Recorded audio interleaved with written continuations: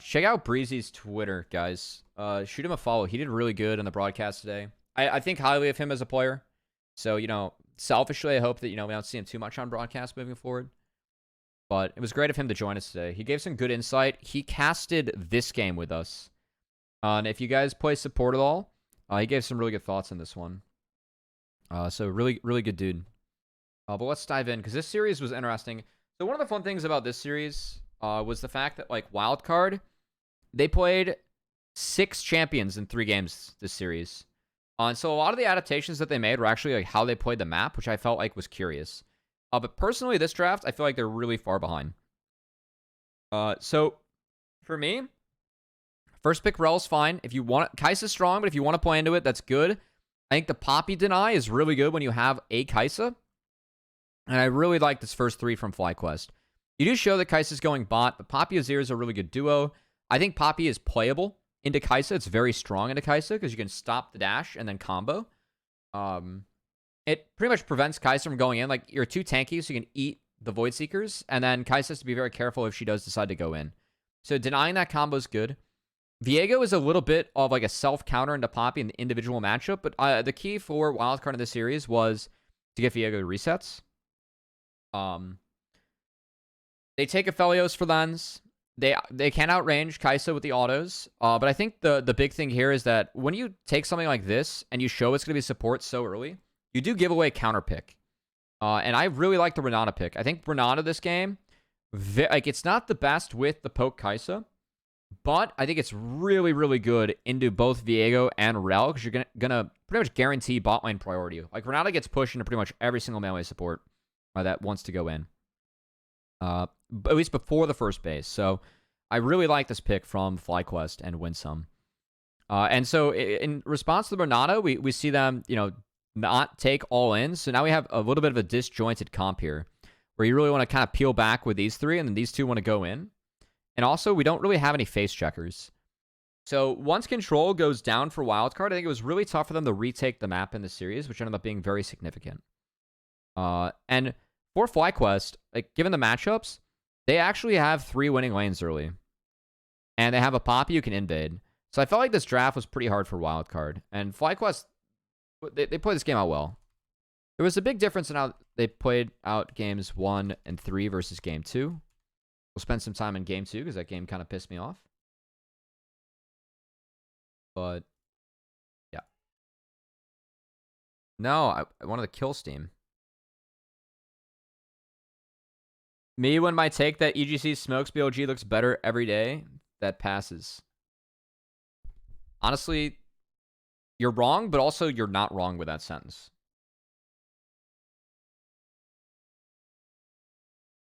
Surdy played very good today. And EGC played very well today. Alright, so real quick, scouting ward on the Poppy. So Wildcard, they have info. I actually missed it. They got info on the Viego.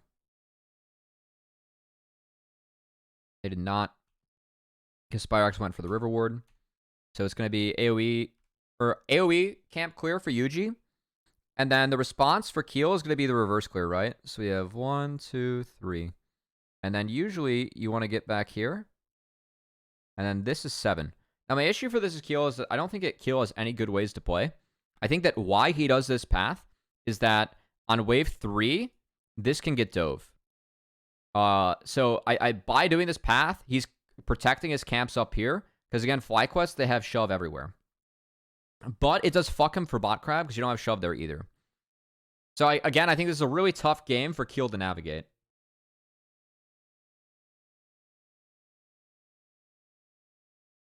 Guys, this is Drake's best album. I'm not a Drake fan compared to this Drake. That's all I'll say.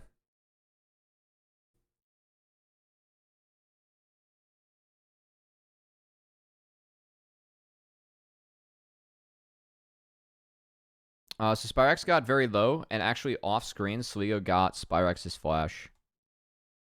So you can see that in the minimap right here. I'm going to guess that there was a Q coming in, and Spyrex felt like he had to flash it. So that is expensive. So the mana is really good for Sligo right now. Banger. Common Marikuv W/banger.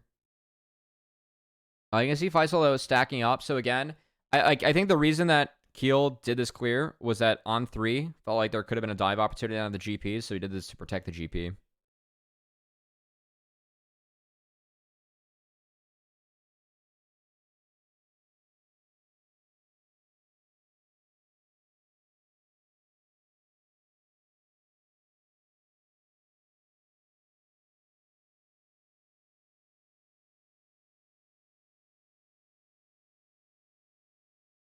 Wait,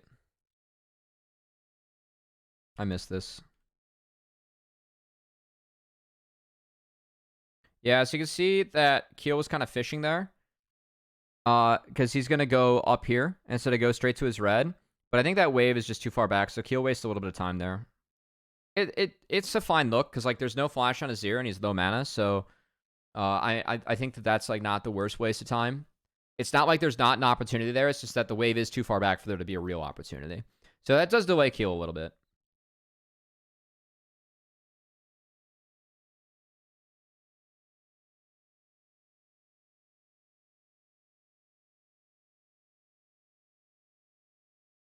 And then you can see Yuji here.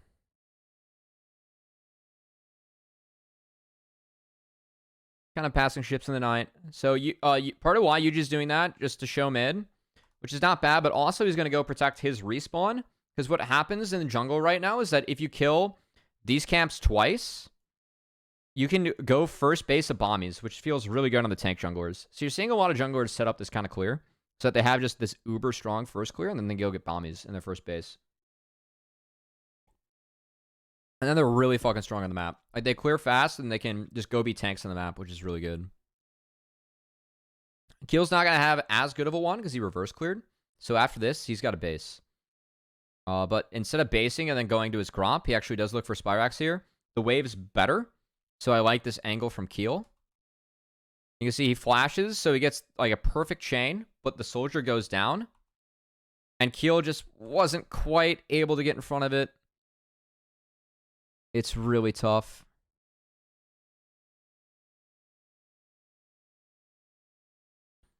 Spyrax sidestepped the Q, just barely. So I think if Saligo preemptively flashes and hits the QE, this hits, but that E dodges Spyrax just barely, and that's the difference here. So again, it's a really good play from Wildcard. It's just it's so fucking close, you know? So fucking close. And that's really important because now Keel's down a flash. He's, again, really behind on his invade, or his game. That Q3 misses, so they're going to take a chunk on Zimido. If that Q3 hits, then the Zimido dies. Yuji knows he can go for that because there was a show mid. And now he's going to take his base and go get that bombies.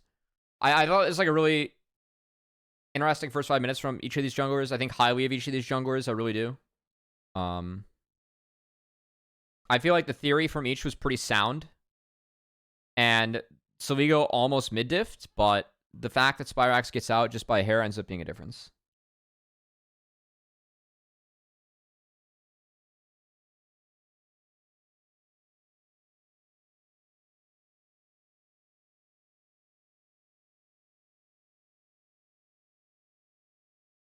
Yagao dies there. I don't know, man. I watched Yagao play Nico, and I was just... That guy plays Nico like an absolute demon. The Nico's too good. Alright, so we have, again, just a trade. Now, FlyQuest with an even map this game, I think even map helps them. This game was a little bit tricky in terms of scaling. I think that Wildcard doesn't scale as well because they don't have a true tank. So, like, they have 4 damage dealers. And no one that can really face check brushes. And they had losing lanes. So I didn't love Wildcard's draft this game.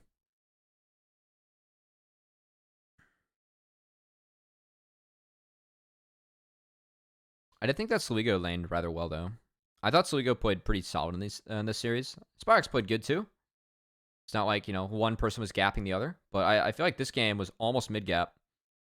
If they were able to find that kill on the Spyrax. Spyrax got kind of lucky that he was able to get out there.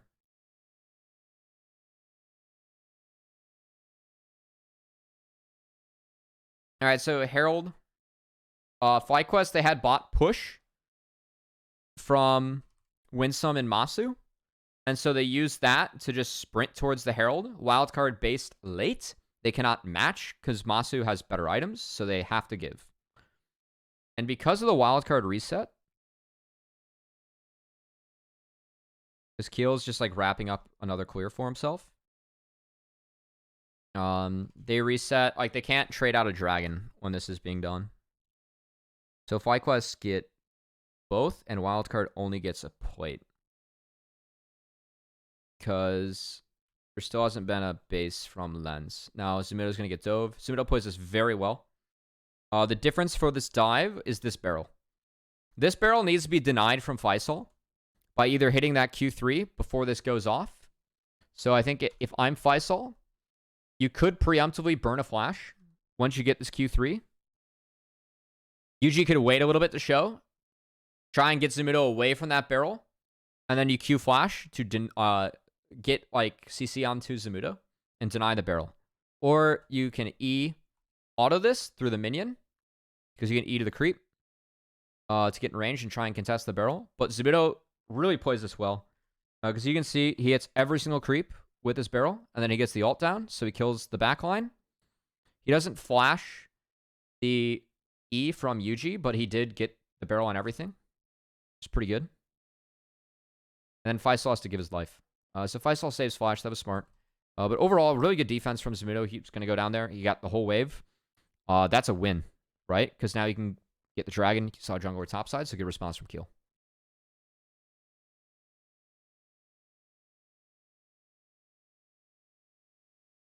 This is before the weekend was big. This song slaps.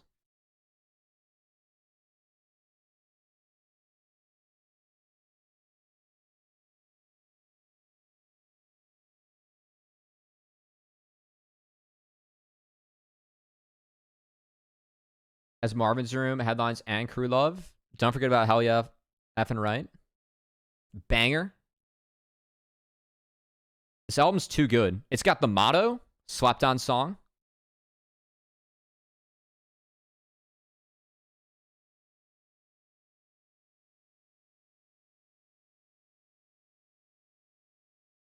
It's a song with Rihanna. I think that's like next. I forget what that's called though. Yeah, so you can see Faisal, he uses the Q3 and the ult to deny the barrels from Zumido. Zumido still gets it, but it's too late. It's a good revisit. No flash on GP. Doesn't have viewership boosting properties. That's true. Champagne Poppy can't boost the stream, unfortunately.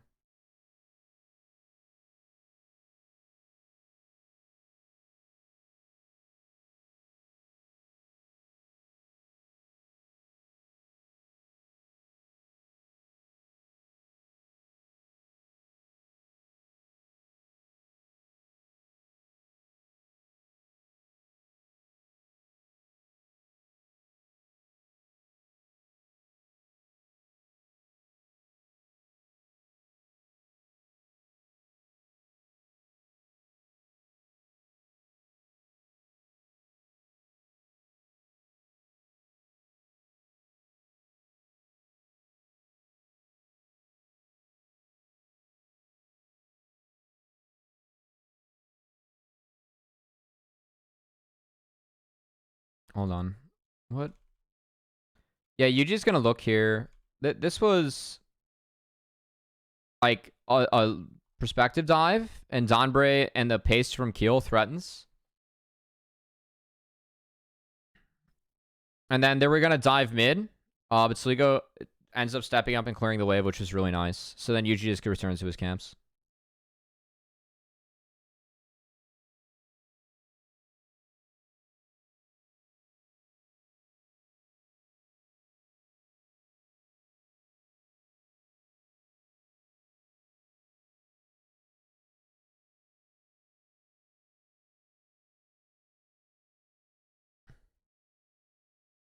All right, so now we got dragon spawning. Again, I think it's really tough for wildcard to retake anything just because they have no tanks and no good way to phase check.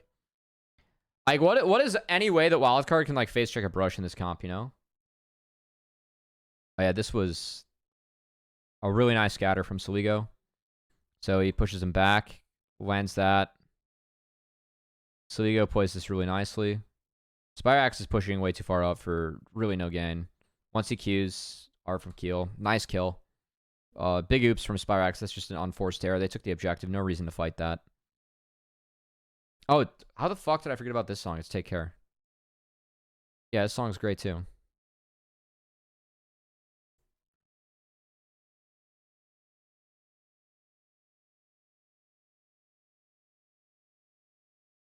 Usually I have futures market actually. I don't know. Let me check. Because I have to do this to check builds.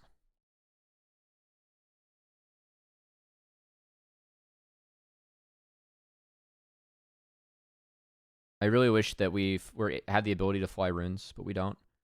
Nope, it's Cosmic and Hextech. Full clear on time without respawns and get bombies. No, he went for the bonus camps, though. It was fine. Honestly, I like this setup a bit better. I do. And I like this setup.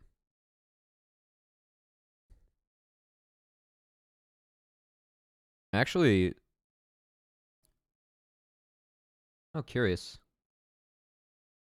Wait, they still have Rabbitous Hunter? Ha! Oops.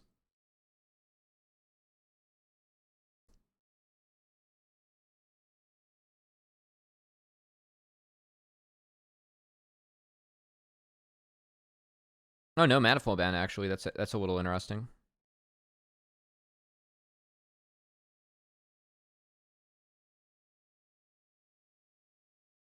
Based.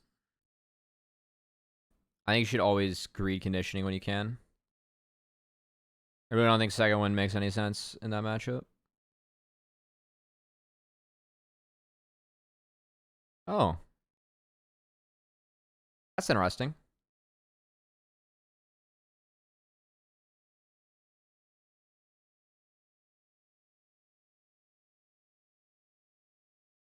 Kangas Raid. What's up, guys? Timing could be great, but like you said, Cummy. Thanks for the follow. The amount of Master could be great, but nickname. like you said, Cummy, with the amount of timing could be great, but like you said, Cummy, with the amount Wisdom took double armor? Oh, that makes sense. Personally, I really like taking MR runes, though, because you don't get scaling MR. Yeah. Feel like a stream, I'm going to go carry Josh Roffin, Left 4 Dead. If you guys are playing League later, let me know. I got my work done already, so. Alright, back to this one. Maybe I'll look at builds before we get into games.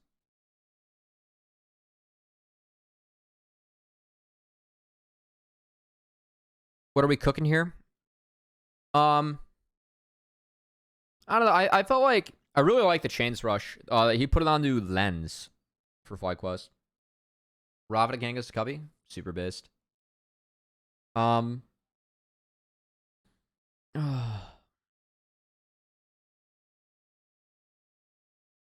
felt like I really like Change Rush right now. Actually, I think it's really strong on tank junglers in the meta. And Lens just hit a wave you should not have hit. So for me with this wave, Lens, no one's showing on mid wave, no one's showing on the map, and your team's not in position to help you. So that's just an oops. That was bad. So mid falls. That's an unforced error. Like Keel was here, but then Keel backs off. Like yeah, Lens has to wait on this wave because the mid was basing too. They weren't gonna have pressure. Also, they should have he should be hugging bot sides to the top side, given where Keel and Donbray were heading. Fly had vision. Fly's vision's so much better right now. I'll be care of you.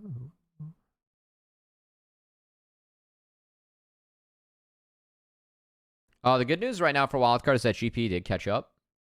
So GP is still down a little bit, but honestly, it's really not that bad. It's not like Wildcard, like, their champions do damage. I don't know how they are able to execute fights without a tank. I feel like they just had too many, honestly, like, too many cooks. Okay. This one was interesting. It's like Lens. Oh, he actually didn't get pushed in. Really? Wow, that's really unlucky for UG, actually. That's kind of unfortunate for UG. And then Donbray's gonna...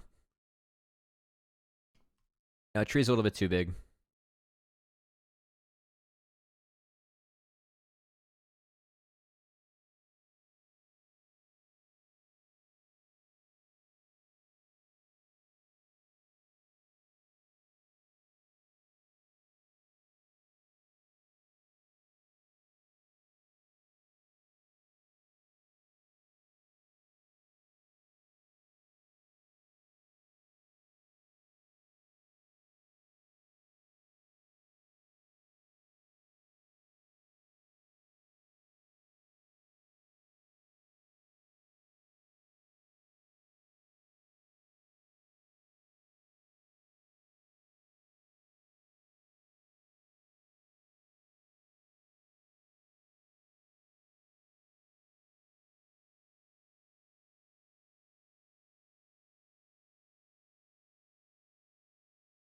Okay. I mean, FlyQuest can get bot lane and deep. GPS to catch. So you can see Faisal, he's going to hover up on a ward. That's a really nice ward that's hidden out from Wildcard. But Masu roamed off the mid wave because they had mid push. And he gets a kill. That's a really good use of Kaisa. She can interact with side waves uniquely given the Killer Instinct passive. So really like that from FlyQuest. And now they're going to have a numbers advantage. So you can use it to force Baron. They're going to TP there. And they melt it. Again, it's really tough for Wildcard to face check here.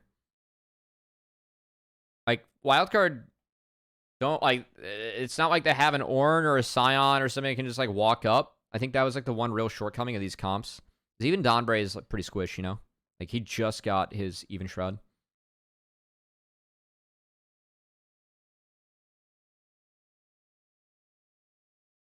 And then... really nice find on the Zmidos. Zmidos got no flash. Easy execute from FlyQuest. They made this game look really clean. Spyrax gets out by nothing, which is, once again, kind of unlucky. It's literally a gold diff.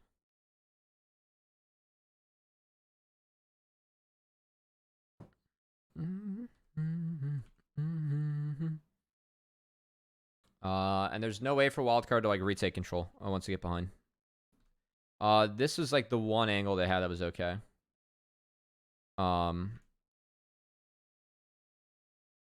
So, like, you can see some of the strengths of this comp. Like, if Donbray does get the party started, it's a really strong engage from him. And the Cinder GP goes hard. So, for me, like, I think what FlyQuest learned from this is, like, all right, we can't siege turrets for free. Like, we have to actually use objectives in jungles. Because the Cinder Gangplank, they can defend against sieges really well. Like, if you're in that narrow choke against the wall, these guys have really good AoE damage. And you can see them just fucking melt, so... well done.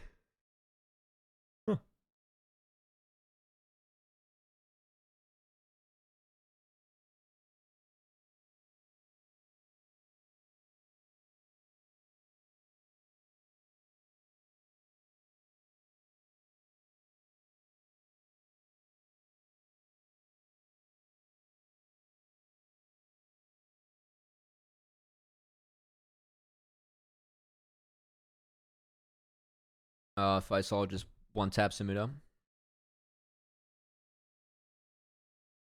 This game's pretty over by now, in my humble opinion.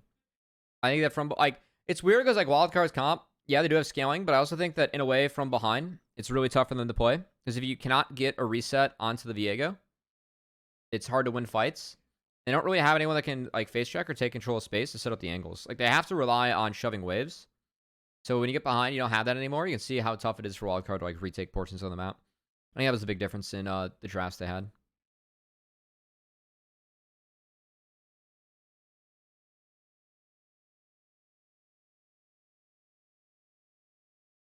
If they're gonna be in some trouble.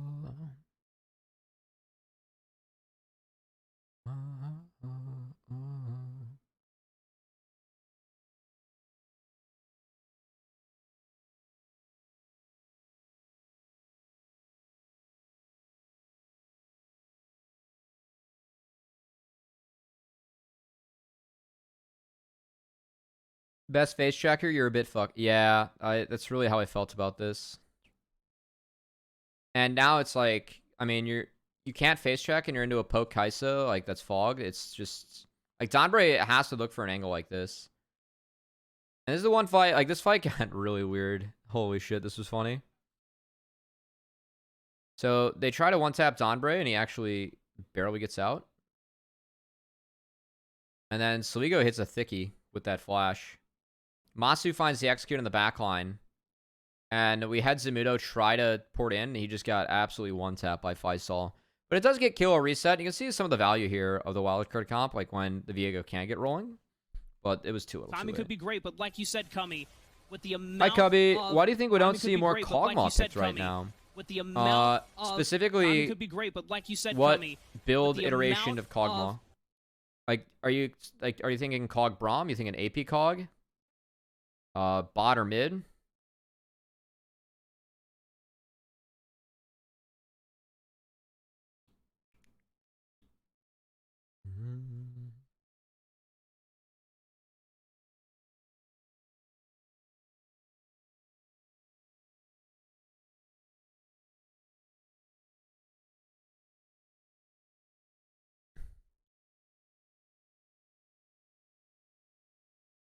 Alright, so Faisal is just holding the door. Sligo's dead.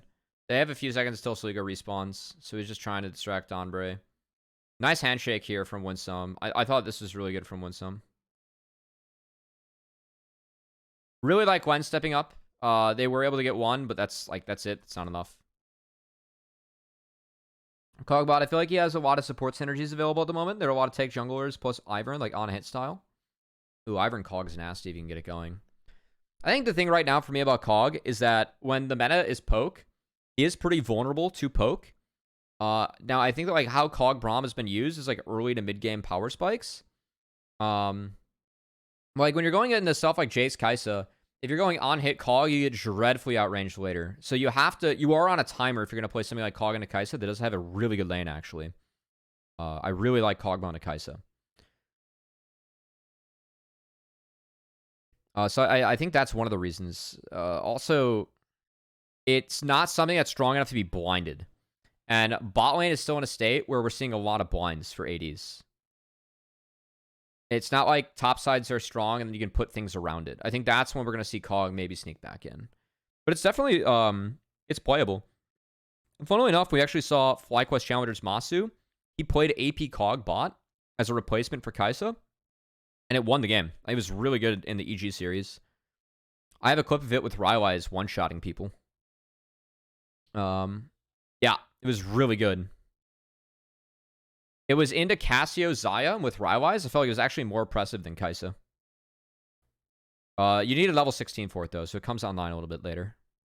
And you have to go Rylai's, so your AP is like not as like blatant. But it's a similar playstyle.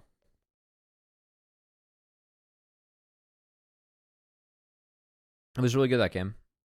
This game's over. I don't have much else to talk about with this end. I feel like wildcard, when they get behind like this, you can see the shortcomings of their composition. And not much that they can do here. I saw it from Winsome. Good execute. It also served a specific purpose in the comp. It did. It was Kai'Sa's replacement. And it worked.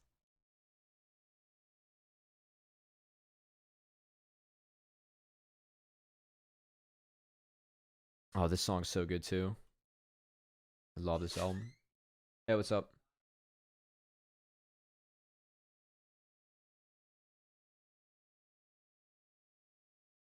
What's up, stream? We're on to the next game. Likewise. Yeah. Yep. You guys playing that for Dead too? A little bit. Nice. Up his YouTube stream. He rated me, so. Alright. Next game. It was a byproduct of my raid. Yeah. That's what Sean said in here. Hmm. Let's see. Alright, guys. Game 2. Same draft. Different order. As we actually drop the Syndra. And they banned Leona, which was kind of curious. I think they just banned Leona because actually wanted to play Nautilus. So, I think this draft was, like, honestly, this one should have been winning as well for FlyQuest. But there wasn't They didn't snowball the lead well enough. The idea of like having an Olaf that pushes and wins into this matchup, I think is fine. And then they have the execute with this. They have the same combos. We talked about how good of a deny Poppy is in the Kaisa. And the Poppy and Azir synergy is really nice too. You can always make plays out of the Syndra. And it's the same comp for wildcard. So I think the only difference is that you don't have as good of face checkers. It's going to have to be Poppy face checking, which is not nearly as good as K'Sante. And more play on the sides, because Olaf wants to play sides and keep this guy out of the team fights. Which was really the big adaptation.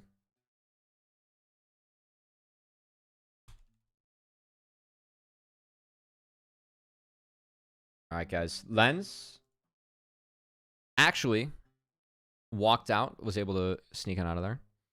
So that's a note for solo queue. If you guys are going to play against level 1s, make sure that you get out of that tri-brush early. If you do not get out of that tri-brush early, then things get a little bit funky.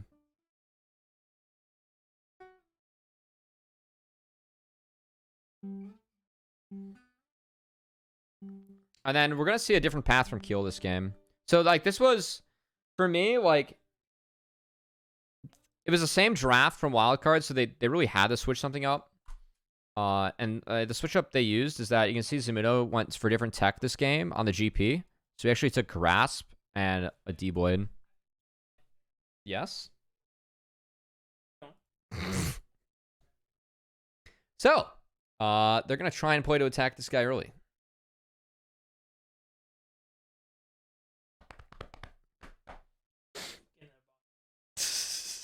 All right, have a good one, boss.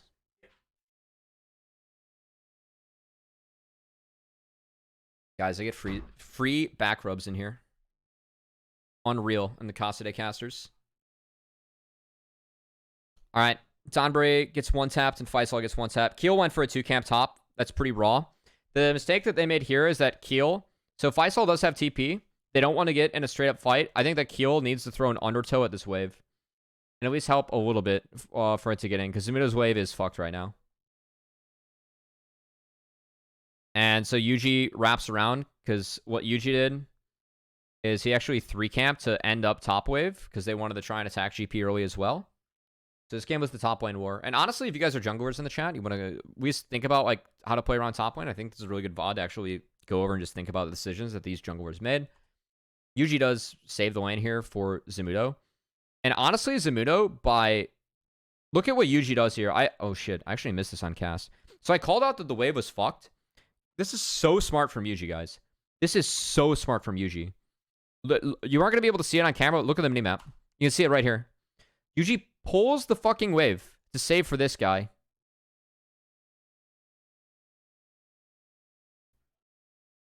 And Faisal is able to get the 1 kill. And he goes back and picks up just like a triple wave almost. Like, look at how big... Look at how fucking thick that is, man. Your top laner will love you forever if you do this as a jungler. And what is Yuji's response? He walks in and takes wolves. So he's staying on map. And then he's going to skip over the crab and sprint top again. Because guess what? Zumudo TP'd back and is immediately contesting. So for wildcard, for me, the mistake here is actually this ward from Zumudo. This ward from Zumudo is wrong, and it's too deep. You can see he throws this down to the tri-brush. Now, given where Keel's at,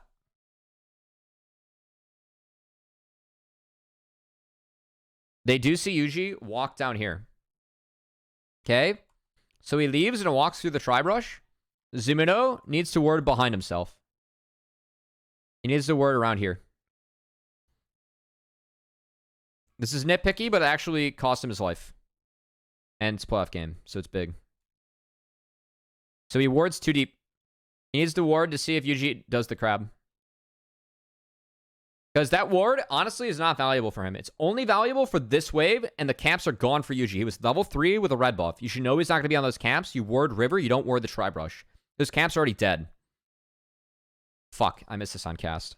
That's why review is good, guys. If I said that it was a bad word from Zumudo, it would have been epic as fuck. I don't think I've called out a bad word like that all year. I haven't really cared about bad words as much. It's challengers, too much shit goes on. But if I'm a coach, I'm yelling at him about the word afterwards.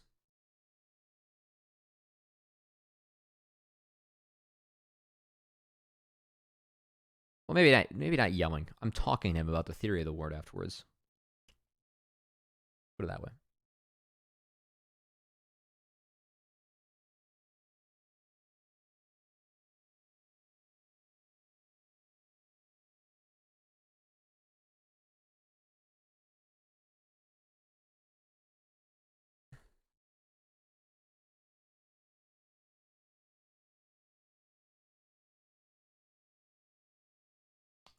Zemino holds the wave here, which is good.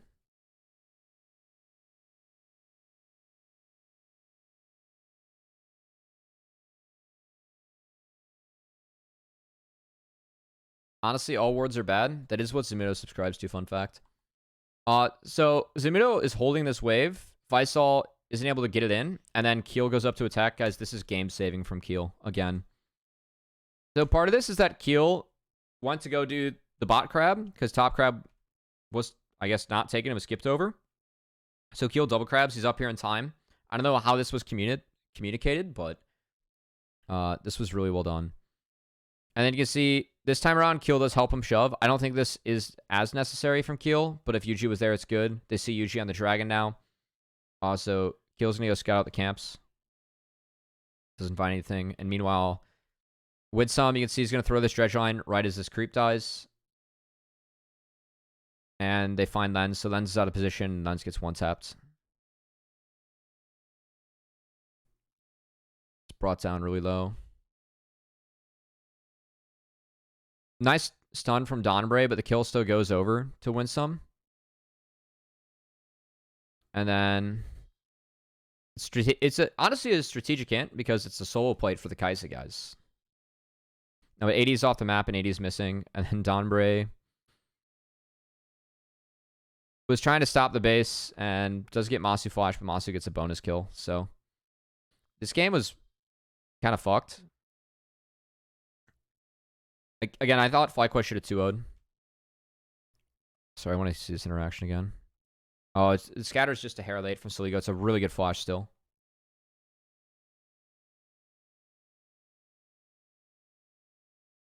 And then Keel's fucking up here again, guys. Let's see what Keel did while this bot play was going on. He did his crab, or his gromp, and fucking came back. So if isolating 6 is a blower, but they're like, all right, guys, we can do this. Zemino's looking real tasty here. He gets 2 passives off, which is really big. And he gets double killed. Now, this is big from Winsome. So, like, Winsome off this, he just sprints straight top.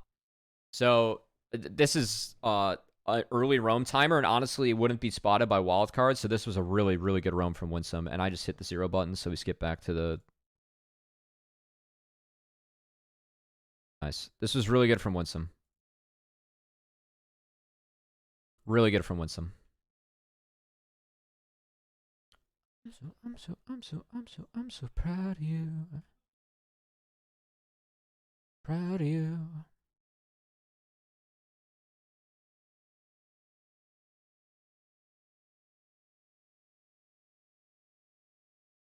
So Winsome's just kind of flanking it here.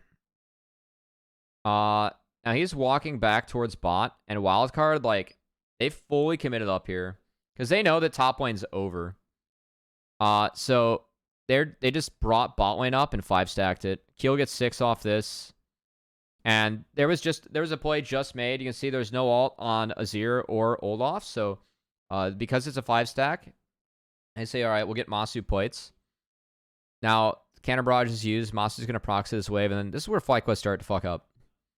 I like this play from Wildcard. I feel like more teams should like have this response because they're going to play through the red-white Aphelios.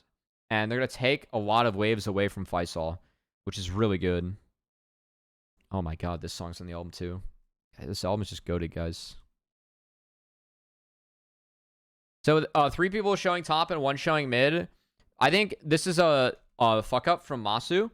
So Spyrax is going to go up top, and Masu is going to go proxy this wave, which is just like fucking omega greedy.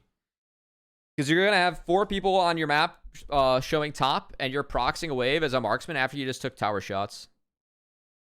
So Masu took tower shots and is like really low bot.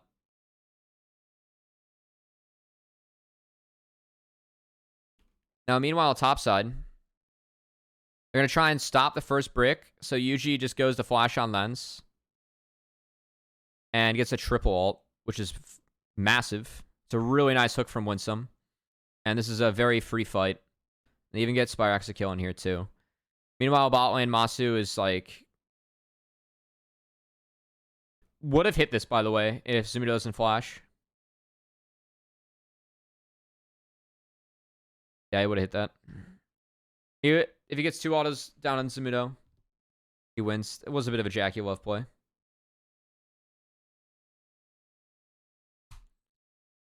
But still, this game should be over in favor of FlyQuest. First brick was claimed, though, by Aphelios. And then they try to dive Zumudo. It's good defense from Soligo. Can you mask W animation with R? Yes. You can get on top of them and point blank it. Like you can RW.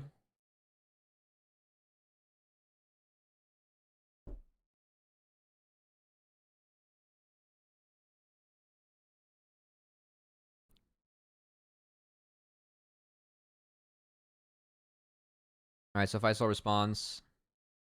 This was the fuck up again from FlyQuest. So FlyQuest are disjointed here. So what needs to happen is you can see that they're spotting Yuji right now. So there's a ward from Wildcard, well placed right over this wall on my X in the minimap.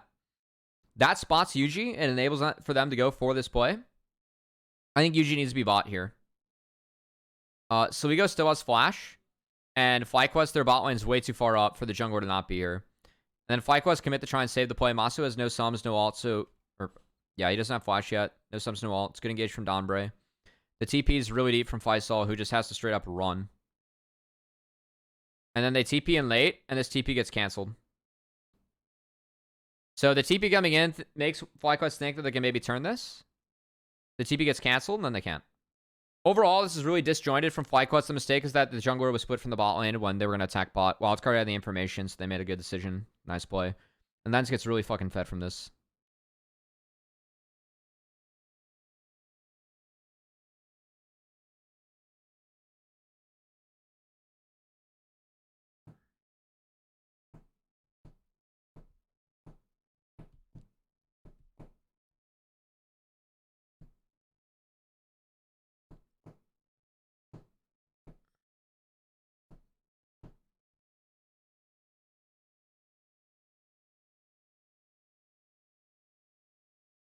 Alright, so TP comes in. You can see here, Slugo cancels.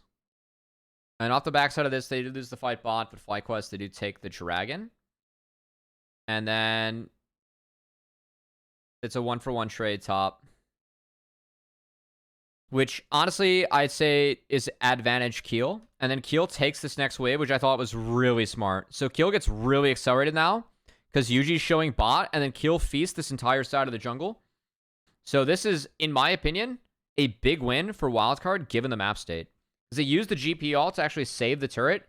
Keel takes a fucking minion wave, and all 3 camps away from Yuji, who just gets nothing from this. Because of the defense that Wildcard were able to play, and Zumudo hovers.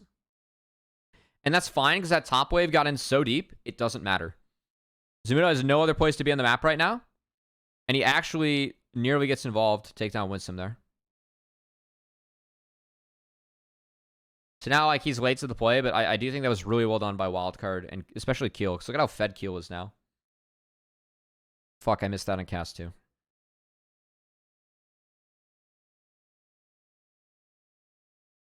I knew that Keel was fed, but like at this point, I'm like, holy shit, Keel's really far ahead. I didn't connect the dots as to why.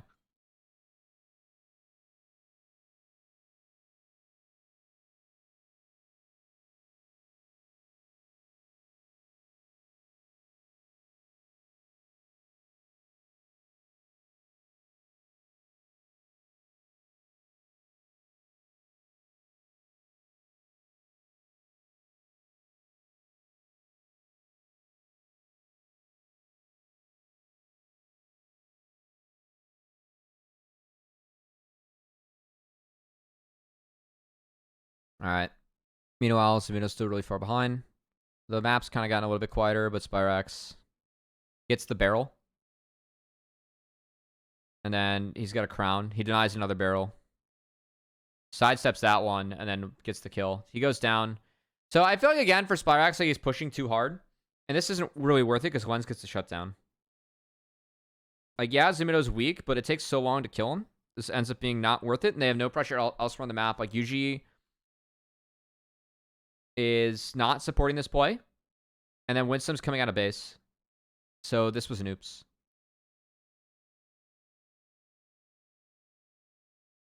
Like, Spyrax mechanically played that really well. Okay, this is where things go really bad. You can see Wildcard actually has a gold lead at this point. It's a really nice flash from Soligo, and he holds the scatter until the ult expires. Really well played. Very clean from Soligo.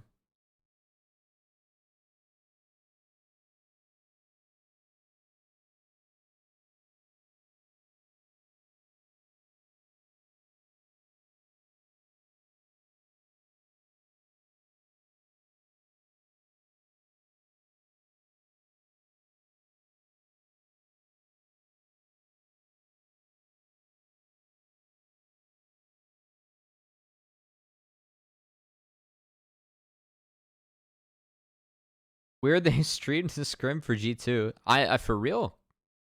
I have no idea like how we were treated to this, you know?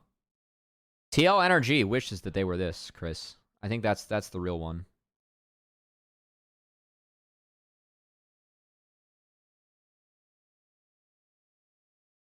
Oh yeah, this was... So this is kind of curious because at the moment, you do have Soligo TPing top to try and answer this wave from Faisal. So in theory, I think the FlyQuest walking in here is fine. Hold on. I think the thing here is that Spyrax fights the GP, and he doesn't come to support the play.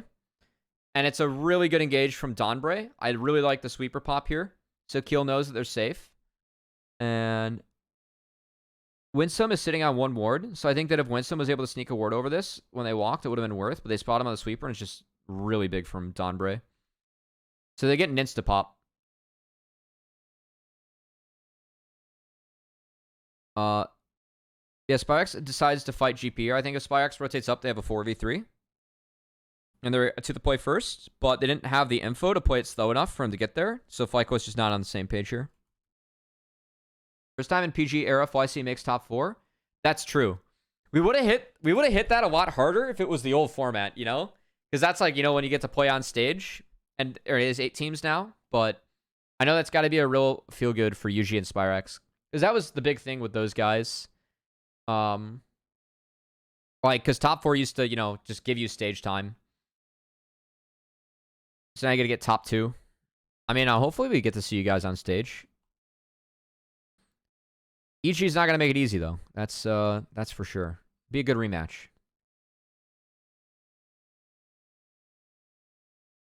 Imagine stage. I know. Stage should be a lot of fun, actually, for the last few 4 teams we have. I really felt like this was this playoffs where like 7 out of the 8 teams were relatively competitive. And even MU like found it's not like they were, you know, terrible. They had leads. I just felt like they were not as good as the other 7 teams. I think AoE had tough draws playing FlyQuest and EG, who are both top 4. Or no, DSG and EG, who I mean DSG is upper bracket, and then EG looks good. So I felt like AoE had a really tough draw, but that's kind of how the cookie crumbled this split. All right, this one, I didn't like this TP from Faisal. So I think that the plan here for FlyQuest, like they are behind, but you want Faisal to use the side wave shove to get the GP and then threaten the TP play here. I think that by TPing to this wave, it's just not necessary because they aren't set up. Like, they are set up on the map. They have nothing to take at the moment. So you're just throwing away that cooldown when you could use it to pressure the Baron. And Zamudo doesn't have a way to respond, but you are GP, so you can press R. I'm going to replay. So he's going to walk up now, which makes him just a little bit less threatening.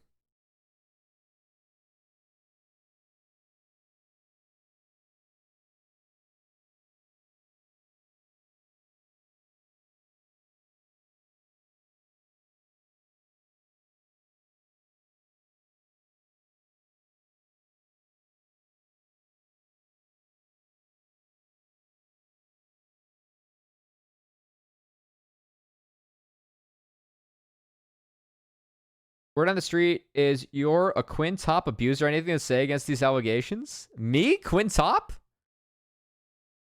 Oh, when have I done this? Olaf seems so strong in the right hands. It is. Faisal is a very talented Olaf player, too. It was his one trick when he originally climbed solo queue. I do like Quintop and Renekton and Darius. In the Darius, though, run phase rush. Let's get out of W slow.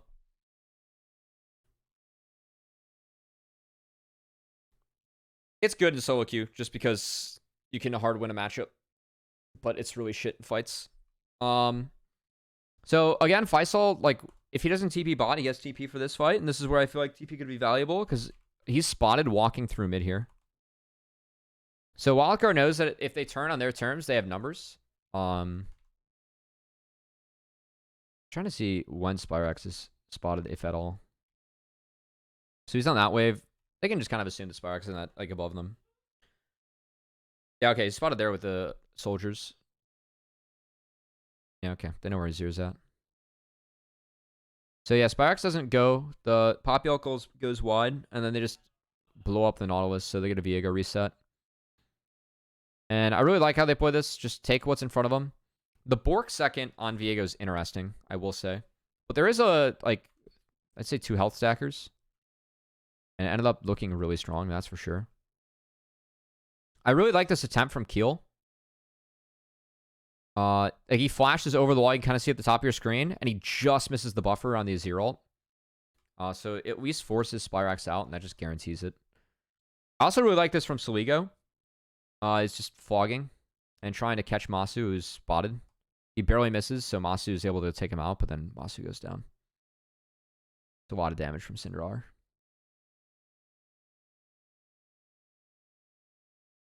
Nice gale force from Lens. Keel sticks the Baron. Lens cleans the rest of it up. And Wildcard have a very bloody fight as only Keel lives. Hey, Cubby, is the FlyQuest EG match best of 5? It is. Tune in. That will be Monday. We have a good best of 5 tomorrow between Fear and Disguise, so it makes grand finals. But definitely tune in Monday, Tuesday to see who matches them. Yeah, I'm excited to see that rematch as well. I feel like each team's actually gotten a little bit better. This game was a lot of oopsies from FlyQuest, I think. A few instances where they were disjointed. But I think that they played games 1 and 3 very, very well. And this game was winnable. It's just a few too many plays being attempted at once, I think. Like, this is really good. So, the big thing about this draft from Wildcard we talked about, like, they have to be ahead. Because they don't have any tanks that can face check or retake ground. And then they do have, like, it's all damage dealers, right? So, it's either you're dealing damage or you're dying. I think that, like, they also need to have Dawnbray start the fights and the engages. So the fact that Spyrex is like able to actually find a setup here with Yuji was really clever. On the control ward, go for Zumudo. The Poppy combo connects with Azir. It's really sound. And then Winston's able to follow up really nicely. So like, even from behind, FlyQuest still able to find some winning angles. They played this well.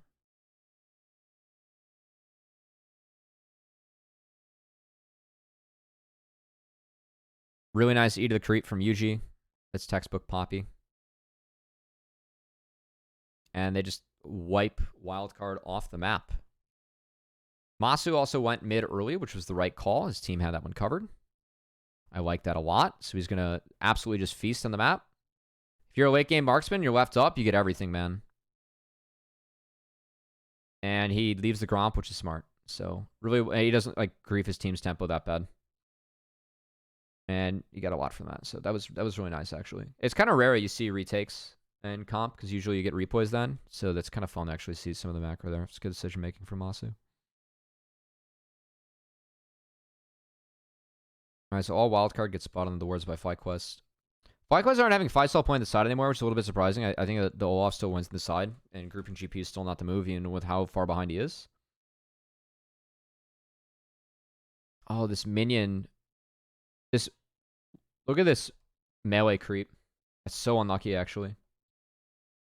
Watch this guy, the melee creep. Yeah, he eats the Void Seeker. That would have killed Dawnbray, because it would have popped the passive. Would have been really close. Usually get a flash followed. Would have been a free kill. Would have taken away the engage. No dice, though.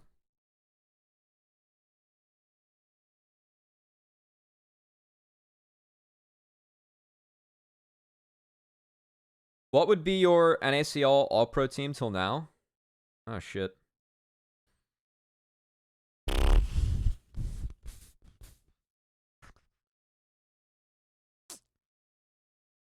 Surdy and Masu are on it.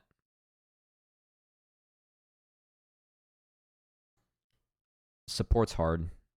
No, support's not hard. It's Zazel. It's Masu, Zazel. It's Surdy. Probably Mir. And then it would have been Harry. But Spyrax has been better in playoffs. And it would have been Harry or AP, but Spyrax has been better in playoffs. Big raps for Surdy for so few games. Yeah, I think that he's really distanced himself for the competition, though.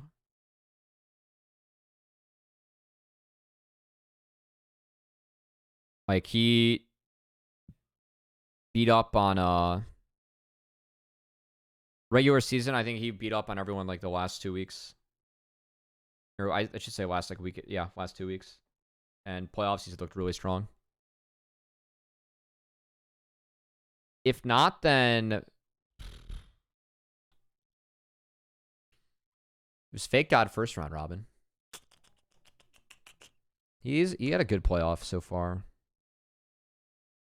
But Faisal also got the best of him. I think Surdy's can beat the two of them, though. I think Surdy's best top laner left.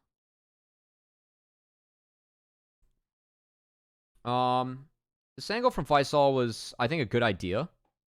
But I think Faisal, at this point, if they push up past here, if like Faisal's here by now and is able to actually take that angle, it's not bad. Because he has to like find a way to abuse vision and terrain to actually close the gap on Olaf. He doesn't have the flash. Like you said, Kami, hey, what's up, Manko? Thanks for the follow, man. I appreciate it. Like you said, Kami, hope the early season climb's going well, man. Timing could be great, but like you said, Kami, with the amount of... This fight just got so disjointed for Fly. It's a really nice scatter from Saligo. Saligo's really big in this game and this series.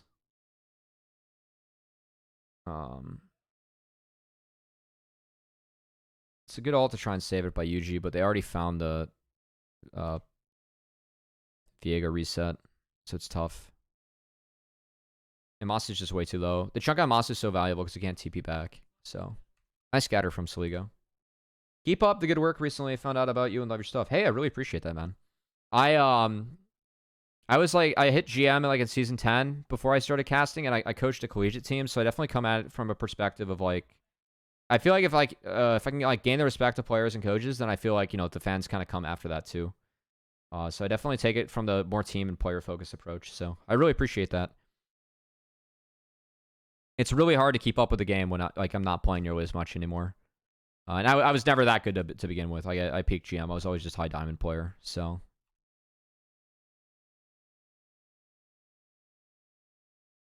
yeah. I mean, you guys know best. It's a game you have to spam, and it changes like every 3 weeks. So it always is changing and evolving.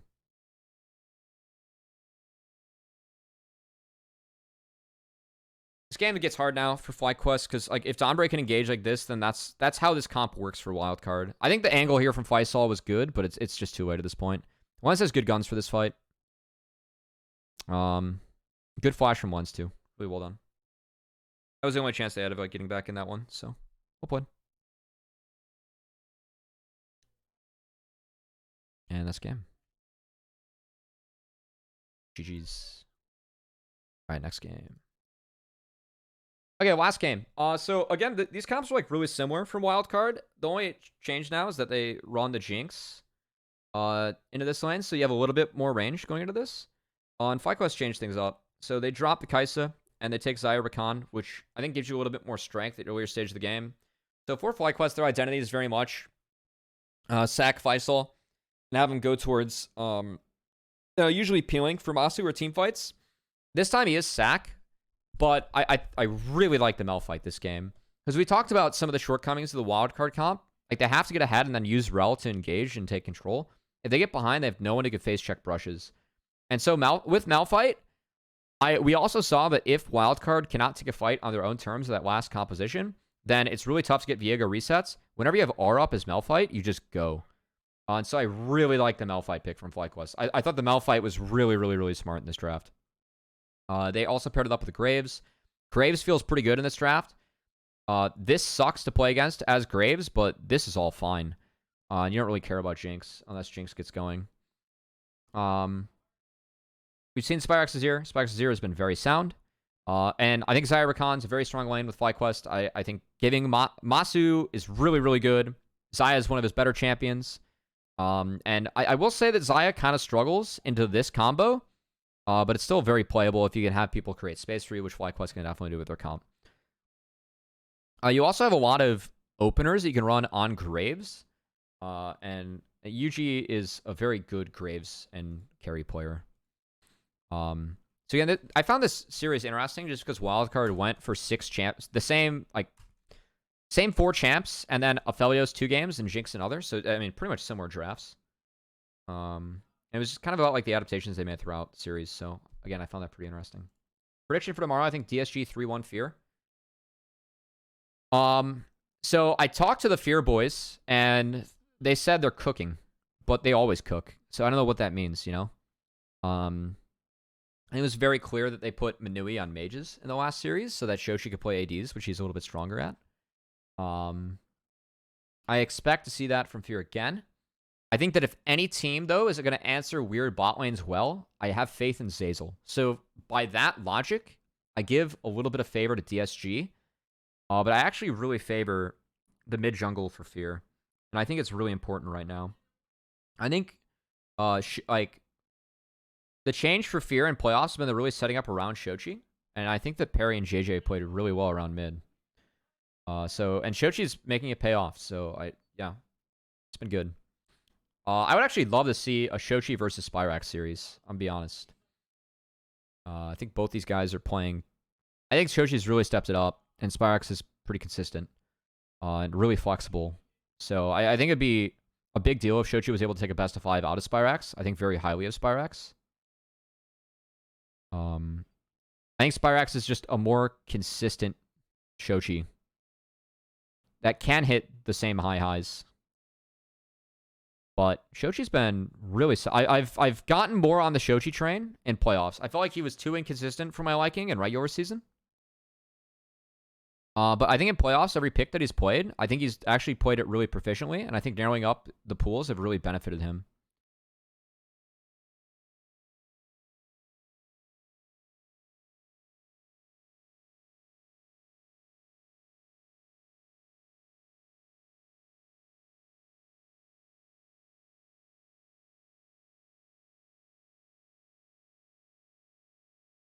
I know Wildcard's going to drop this game, guys. I want to give shoutouts to, I think, Saligo, Keel, especially, from this team. I think they had a really good season. Zumino and Donbray for year 1. I think very respectable performances as well. Zumino did some really nice work this game in lane on the GP. And I mean, Zumino was, because of his champ pool, definitely a little bit flashier of a player. But like these guys definitely have upside and potential. Props to Faisal for holding flash here. His wave's fucked, though. I really love this gank from Keel. This is a really good gank from Keel. So we didn't really talk about the route of this game. It was top to bot for Keel. He's going to drop bot crab because they don't have push into the Xayah Rakan. So he goes top, hits this crab. And because Zumuno was able to TP first and holds this wave, really vulnerable from the Malphite, they keep the wave held. And this wave is just disastrous for Faisal. So this opens up a big lead for Zamudo. And it's really well done by Wildcard. I think they manufactured this really nicely.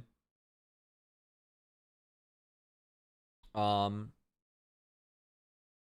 I definitely think pretty highly of... Again, I felt like we had 7 good teams in playoffs.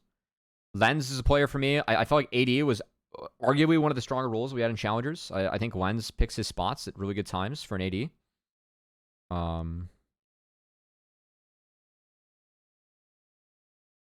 Definitely someone that, you know, I think when it comes to like going in, I think that Lens actually had a few things on other ADs in the league, and I thought he pushed his leads really well. All right, so we have match clear so far. Graves just drops the Gromp to get down here, which I thought was fine. The 3v3 would be won right now by FlyQuest, given Zaya Rakan. And you can see Dragons being hit. So they go, and Masu doesn't have quite enough faith in Donbray here, as Winsome does find the cancel, which is really well done by Winsome. But does burn the flash. They get Keel out. There's mid pressure. I think the drop here is fine. And this is a push that was not smart from Wildcard. I don't think that Wildcard need to push for this. So it's a match flash from Spyrax. And the big difference in this one was Zamudo has a great Cannon Barrage. And Keel gets a reset. So I think this fight's tricky for me.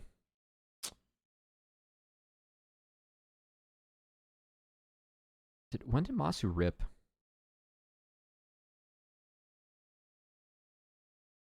He didn't rip there. Oh, he rips here. I think Masu rips too early in this fight. Like, he was going for the catch on Lens, so that's actually a rare mistake from Masu. And they dropped the dragon. I fucked that up on cast too. I thought the dragon was taken. So man, I don't know. Maybe that says something about what FlyQuest should have done there. You know. I will say that if Syndra is able to rotate and the fight's taken on Wildcard's turns, it can get scary for FlyQuest because Mountain's actually pretty tonky and dangerous. So I don't mind them taking the fight on their own accord. I think Masu just ripped too early, and the rel is really difficult to deal with. Good focus from Wildcard to take down Masu first. They got 2 kills. Really nice.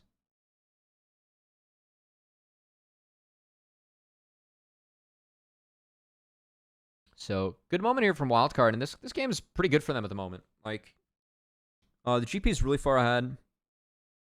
No fight's at the point where we can just kind of clear waves for free now, which is really nice, but given the ultimates that were burned and the strength of the top side and the fact that Rakan's showing here, Herald's going to be dropped, and I think that's okay for Wildcard. Rakan had to drop bot wave, so they used that to hit the dragon. You get a healthier dragon. Let's do it later. There is no smite right now for Keel. UG has a really good flash here.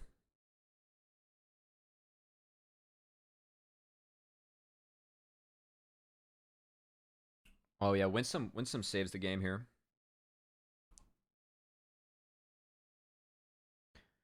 All right, guys. Watch this. We're gonna go into GOL. We're gonna hit game 3. We're gonna hit Winsome, and we're gonna see that he took unflinching. This is why you run unflinching, guys. Literally wins. I think saves them the game here. Maybe even wins them the game. Because Winsome's going to get low. And you can see, that's not a full bar on the stun. There is some tenacity involved. And he sneaks out of Keel's ultimate, just barely. And that ended up being really critical. Because now Keel doesn't get a reset. So yeah, like Masu goes down, and it's a triple kill for Soligo. But the fact that Keel doesn't get... If Keel gets a reset, that fight is wiped. Lens is also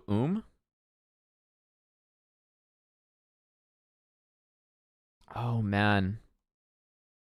I wish I could see Lens mana here. If Lens has mana for ult here, and ults instead of zaps, I think it's actually winning for Wildcard. That's really nitpicky. I don't know if that's 100, though. Oh, that's tough. That's nitpicky in the moment. Because he does auto W, which is really nice damage still. Fuck. That's tough. Usually plays this fight very well. Soligo does as well. There are some good moments from all of our players in this fight, I think. Just unflinching ended up being really big.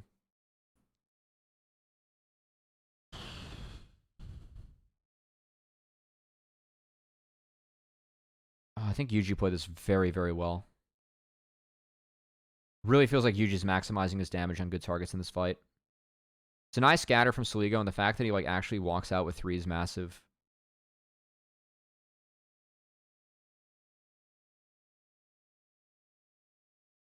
I love the Ida get the kill. It's really funny.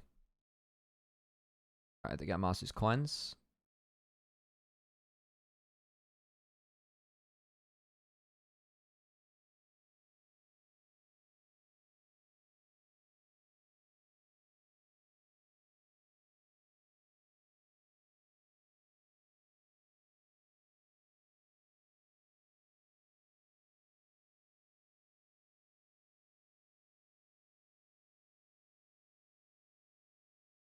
Okay. Good attempt from Lens. God, I kind of I didn't realize that Lens didn't have his or didn't alt or didn't have mana alt there. Fuck. I missed that too.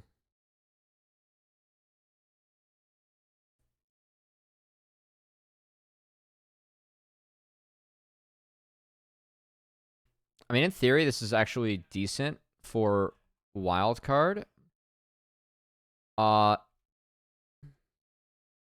Hold on, I'm trying to see UG damage here.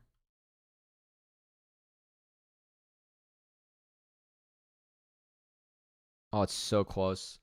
Spyrax was able to, oh fuck. All right, guys, this is this is the oops. Don't. We're gonna watch Keel once, guys. We're gonna watch Keel once.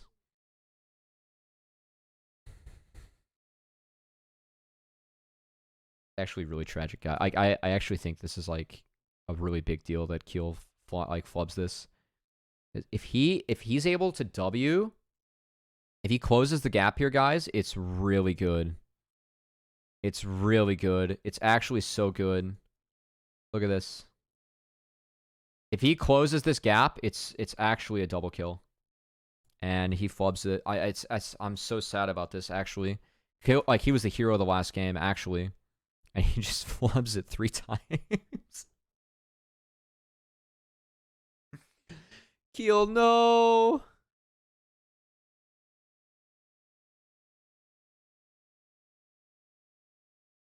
It's a little tragic.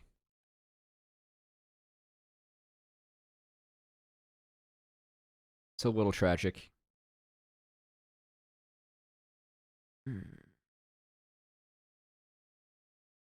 So Wildcard have to reset after that, and they lose a shit ton for it. Because the TPs come out from Spyrax, so he clears out bot. And Wildcard are late on the map into being matched in the map by FlyQuest with the deploy, or the reset / deploy they took. I burned TPs to make that happen, but I think it's fine.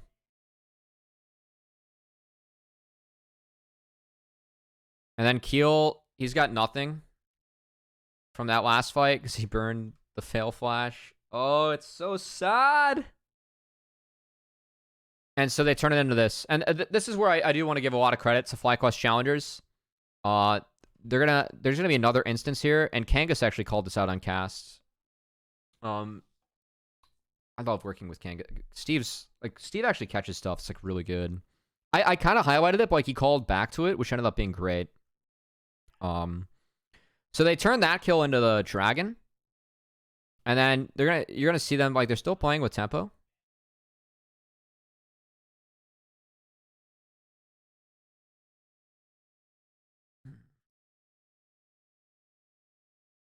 Oh, whoops. Yeah, so they turn that into Rift then. It's like they still can't fight. And Zamuda doesn't get anything for it. He gets in waves, but Faisal matches.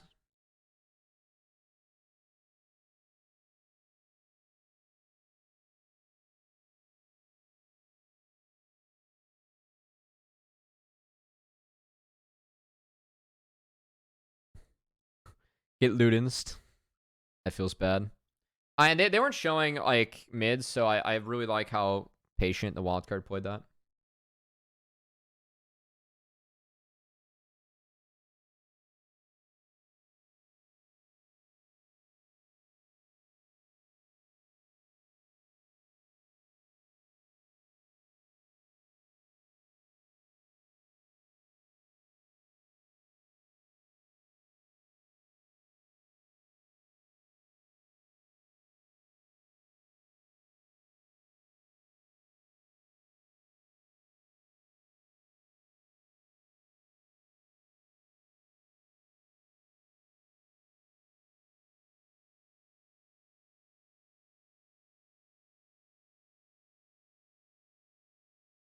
All right, this is the really good play from FlyQuest. So this is a wave that I don't think Lens should be on.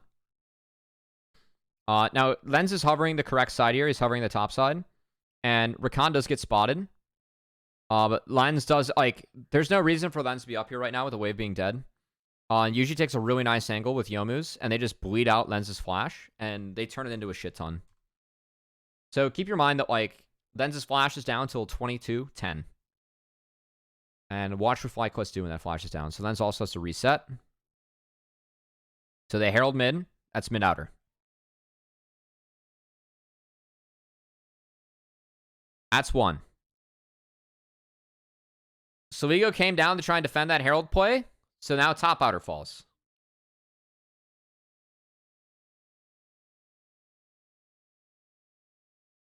And then they poured in. The FlyQuest is still playing in that same pocket they had by the Dragon. So now they have like Dragon Prio. Right, I should say control over that pocket. Masu sneaks the red buff right in time. Buffs are stronger in this patch, so it feels really good for Masu.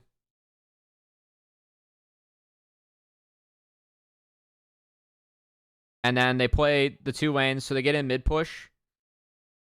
And this is where the game is won. So mid push, like at this point, FlyQuest have mid push this entire time. Blends doesn't have flash, he's respecting it. And then so they're gonna drop this mid wave and play in. There is a control ward here for the Viego. You could argue that, you know, Kill probably should have dropped it. I don't know if he had one up. Maybe he had the one in the Raptor brush. I'd say replacing it was good because at the moment, Wildcard's on a ward. And this is where, like, FlyQuest turned it into the game. This was really well done. So I was proud of this one. I caught this one on cast at least. FlyQuest, they're trying to get in position for this play because you can see, like, they actually are trying to, like, get around them in a way. But Spyrax is really patient here. So he has to wait for his team to get in position, but also he waits for the Cinder to show on this wave in the bot side. So, like, yeah, he's seeing this play, but he's being very patient. He goes on the Lens who has no flash. Insta one tap with Yuji because they use the Azir wall, and this fight's over. Fight's over before it started. Also, look at this from Winston. This is sick. TP's coming in. Insta. So that was too deep of a TP from Saligo. Then Malphite ults. They don't get a fight on kills terms. That was very, very, very clean from FlyQuest. Very, very clean from FlyQuest. I really don't think there's a way they could have played this one better. Besides maybe not pushing for this, but that's fine. They get a bonus flash out of it. Oh, and a kill. That's right. All right. So UG solos out the dragon. They take bot outer.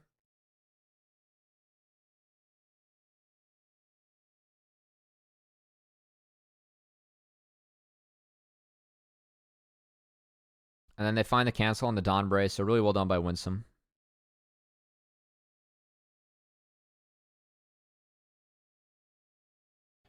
So Dawnbray gets taken down. Lens feels like he can't walk up. Zamuno TP's in too deep. Lens was correct in not being able to walk up because Faisal, that bot wave's in deep. That Faisal got, so you can see Faisal right here on the minimap. See him in the bottom right, guys? You got that in? Now he joins the fight, and guess what? Lens is flashless, and Faisal just taps R on him.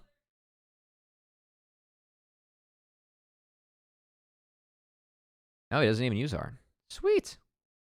Spyrax gets out next to the port, too. That's really well done by them. And, guys, Jinx Flash is still not up. FlyQuest turned that Jinx Flash into all the outers, a Dragon, a Baron, and 2 kills on the Jinx. It really feels like a lot of that came from that bot play because Jinx just couldn't respond to the plays that were made by FlyQuest. So I think that it was really, really, really well done by FlyQuest. They played out this map really well. They took Jinx Flash and they really made the most of it. Great execute. They saved Malphite ult, so it ended up coming up big there. GG's. That's really what happened after this.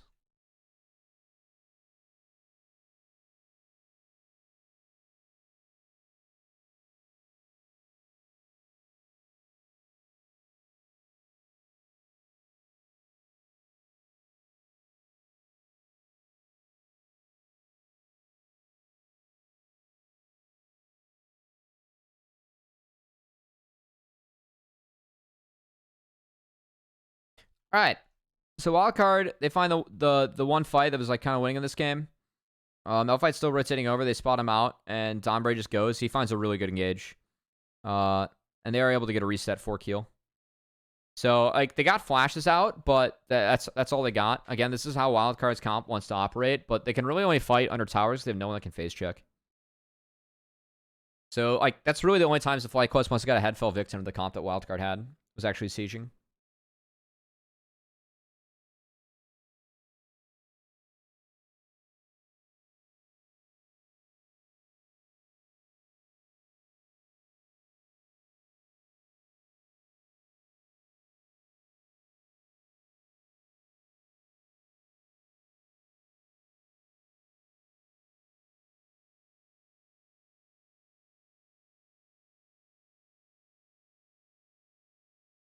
So Zamil gets bounties. It's whatever. Still really good for Flycos at this point. See UG's fed out of his goddamn mind. They trap Visol up top. This is nice. Sorry, I'm trying to see the info they played off this with. Oh, they just drop mid wave and sprint top. That's good. I that's a good trap from wildcard, but then they get it kind of collapsed on.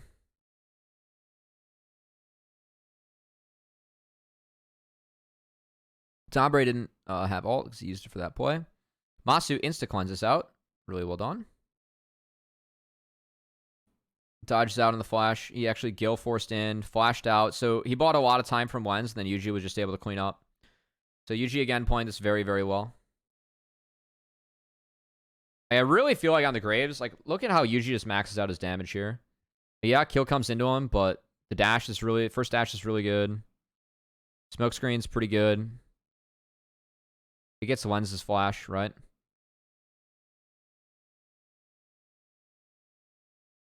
And then the dash Q cancel, really clean. So he's fed his balls.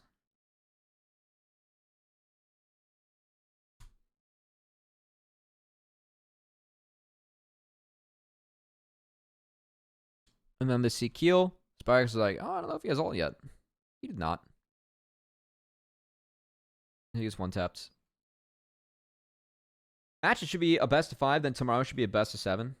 Lit.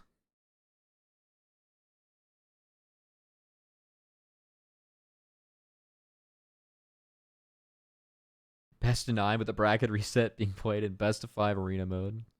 Goddamn. Yo, actually, how fun would it be to use arena mode or 2v2s for side select? I feel like that just make things fun. Make it fun. Come up with hidden arena strats to try and get side select.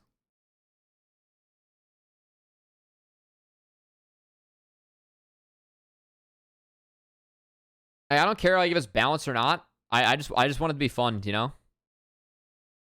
Send out 2 of your players. Doesn't matter who. Just find a 2v2. This game's doomed for a wildcard at this point. They're the ones that pick the engage. Yeah, they go on the Masu, but he gets up in the air. He leaves? Slew gets flashed on. Masu goes down, but it's GG. Well played, FlyQuest. Congrats on moving on.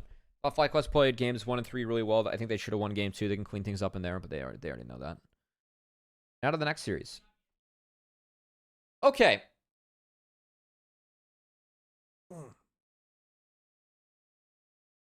Big stretch. All right, if you guys play support, this was a fun cast because we actually had Breezy join us for the cast.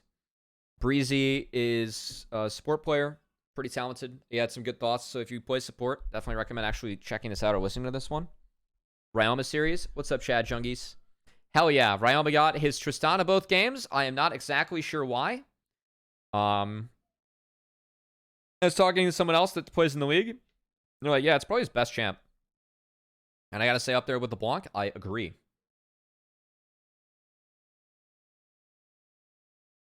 It's like Trist, Ryze, the Blanc, Zoe. And Zoe is just out of meta, and TF's not played that much right now. But this was the Chad Jungie or Ryoma series. What's up, Chad Jungle? Good to see you. Congrats on your 2 out of the day. As you guys move into the bracket. All right.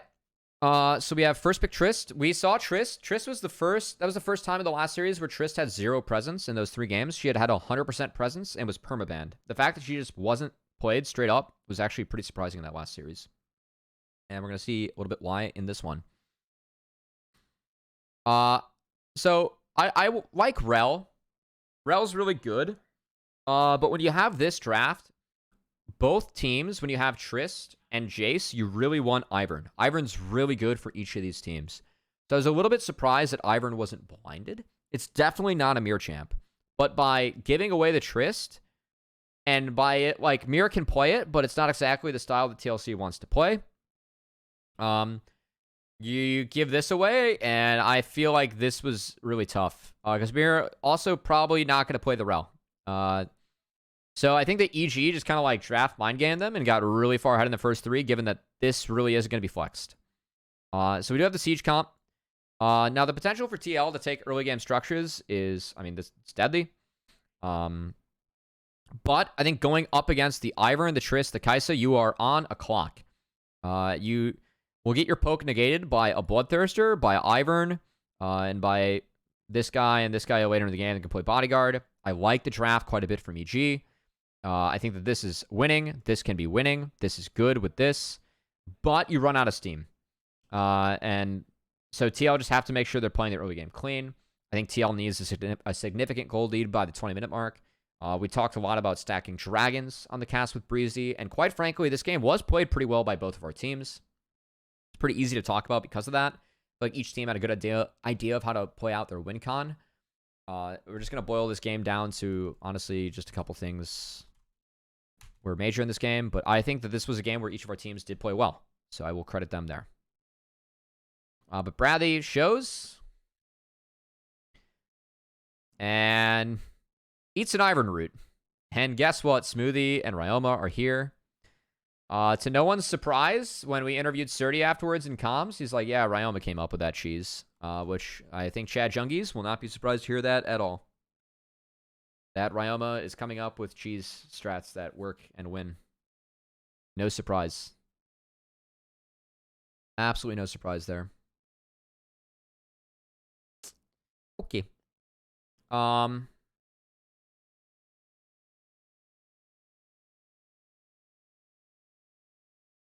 So, Ruby Crystals, I mean, it's not a huge game changer for Surdy into Kennen, but it is kind of nice. If anything, it makes second win less efficient, so, you know, maybe it's bad. Realma hits level 2. We have trade. Did have the Ivern going for... he skips over... So he 5 camps, and then he smites the Gromp. So he wants to end bot side. And he 3 o'clocked it, so not bad. He's going to reset and then go take the top crab. This Prio is, TL favored. And the goal for TL is to play... So Arrow didn't go Mana Crystal, but usually when you do go Mana Crystal, you want to survive the first 4 waves, then you go get the Lost Chapter and TP back. This game was interesting to me because Arrow actually based earlier. And then TP backed when he got Lost Chapter because he walked back when he based earlier. Surdy got in a few waves. He gets an early Kindle Gem that feels really nice. Sante. You can see Armeo just kind of trying to take away resources from Harry mid by throwing out shields. It's fine. And then he's going to prep the crab and then cyber bully Mirror as he pulls the Ivern tech where you just simply deny Raptor respawn with a smite. And Mirror's like, my wife sucks. There's nothing I can do about that. So that kind of blew.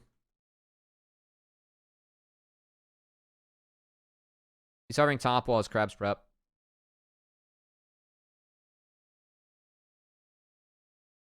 Then you can see here, like, just letting Ryoma jump in.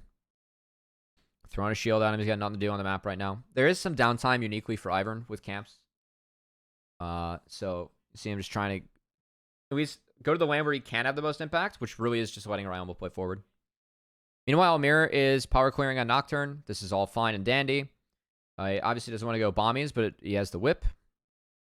Because if you do cycle out 2 of your respawn camps, you can't get 1100 gold. It's a nice hammer from Harry, but no 6. Ryoma sneaks out. Armeo prepped all of his camps, smited the Krugos, and now can go back, take the rest.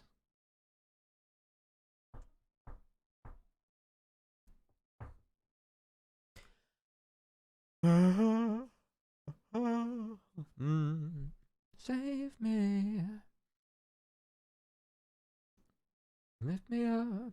Lift me higher ground.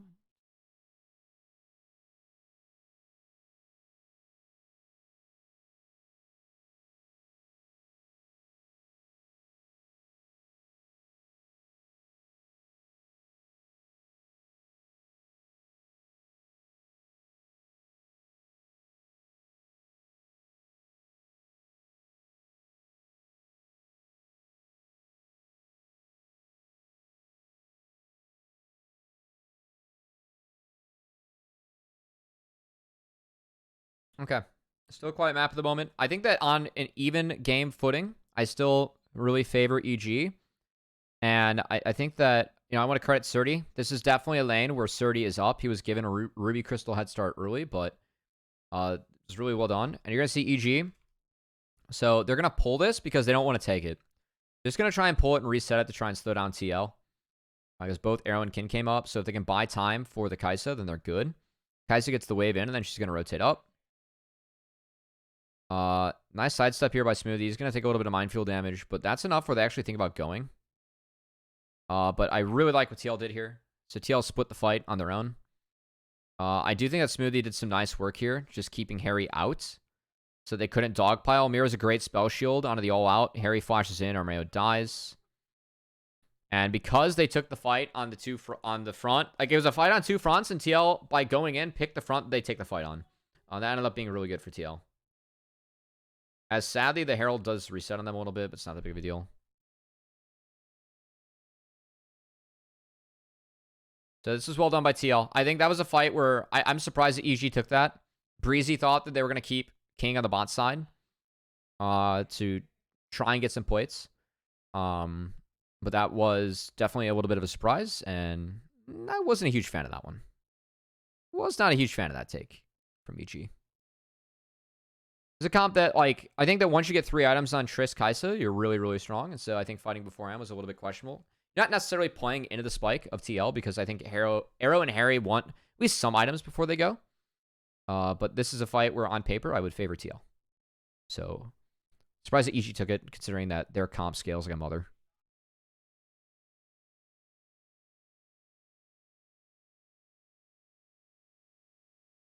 This game was fun, though. I thought this game was really well played. So, nice play here from Kim and Arrow. Let's get a nice chunk on the King and get his cleanse. This was surprising, though, for me from Mir. So he gets exhausted. But for me, Mir, so I don't know, like, I might want to test this on Nocturne. Because when you used to ult, you can throw Q early. So like, you could Q now. And that could actually help you keep the move speed. And I didn't see Mir Q early at all. Wait, maybe he did. Hold on. Let me see. Yeah, okay, no, okay, he does. You can see the Q here. That's correct. But King just flashes out of it.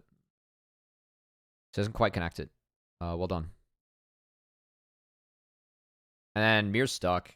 So that's really well played by Smoothie. I mean, the Alistar's showing, so this is just a fuck up by Mir.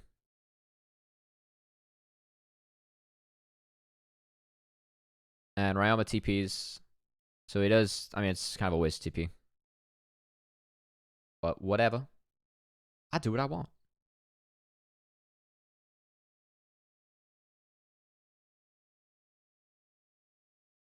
And then this is a really nice, I really like how they play this dive. Kim's alone. Kim can't really do anything. Armeo takes it. And he hits him into the wall and actually auto Qs, which is really good Alistar tech by Smoothie. Smoothie has always been a fantastic Alistar player. So it's always really a treat to see him play this champion. I caught up with Surdy before the match today. He spoke really highly of Smoothie on the team. I think Smoothie's been playing really well of late. I think Rakan Alley, like when those champs are in the meta, I think it's a really nice patch for Smoothie. Love his Thresh too.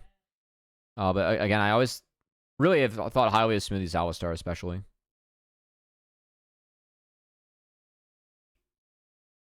But with that fight going EG's way, they do take the second Drake. And these dragons are on time for TL, which is important because they get outscaled. So It's a bit of a loss. I think it was a tough fight in the bot side. Mir took a bad one. First ult, not connecting for Nocturne, not great. But TL always bounced back on the map, which is good. This was a fun game. I thought each of our teams actually played pretty well. Wait. You can see the same person walking. Hey, it's APA! On Kim's screen, and then on Bradley's screen. Let's go, APA. APA still made the Challenger stream, guys.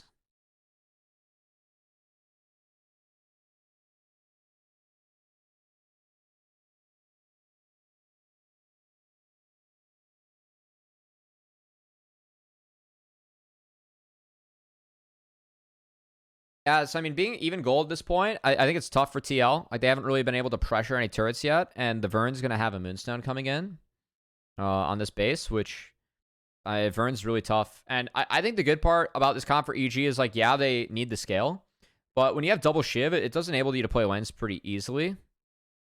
I really like this TP from Harry. They just make sure they take first brick right when plates fall in their favor. And the dive was outplayed well by Bradley. So Bradley's going to flash that, and then there's no play for EG. So Ryoma is still like able to get some chip damage down. This was the one for Mir. I don't know if Mir has Q up or not, because it's late. Because I talked about the Q tech. Oh, he just didn't do the Q tech. Damn. Because, like, you want to Q, like, here. Like, we saw Mir do it the first time, right? But he doesn't Q till after, which is really weird for me. Because he connects with a Stride Breaker, but the fact that King got out with just an ult's a huge loss for TL.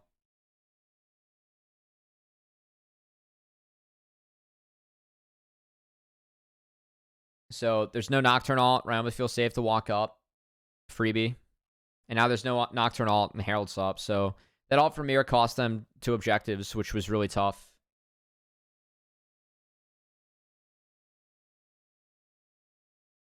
And Harry is still responding to the waves. And this is the nice part about the comp for EG is that when you go Kaisa plus Trist, yes, you have scaling, but you also have so much push that TL is like kind of forced to respond to the waves that EG are forcing in. APA passing information. Don't shoot the messenger.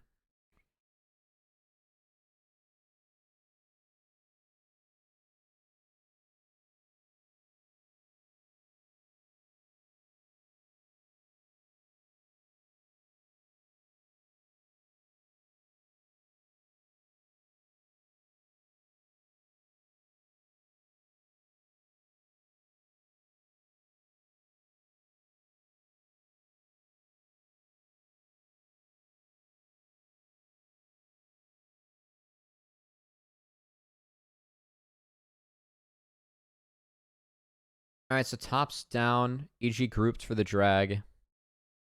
TL really needed to get this. This was well played by TL. Harry lands some really good poke here.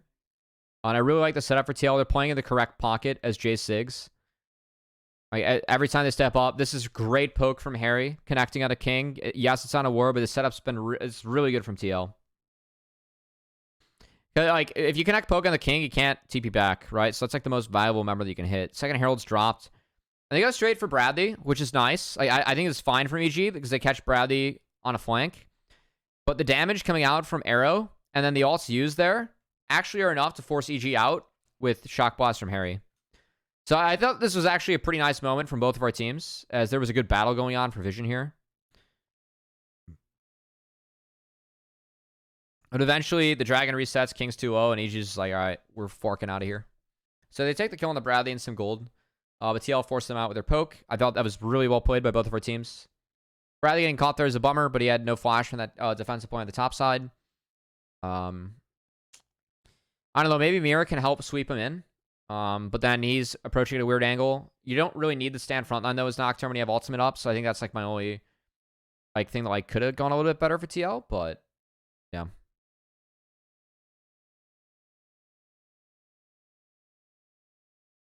I thought the idea with the Nocturne pick, honestly, was to try and pressure EG because they do like to play sides and overextend, but it's so impossible to pressure Trist as the Nocturne. And that one ult on the Kaisa, once sour, you can't pressure Cassante. So I think the Nocturne, like, in some ways it makes sense, turning off the lights to get poked down and work with the cannon, but also I don't think that, like, you could ever punish sides with EG. So in that instance, I think that maybe something like Vi could have been a little bit better this game.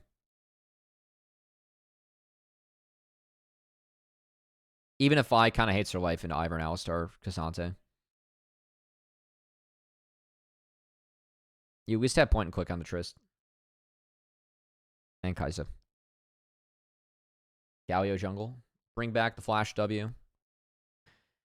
Guys, Nico can have Flash R, but Galio can't have Flash W. Where's my logic in that? Or R Flash, I should say. Not W Flash.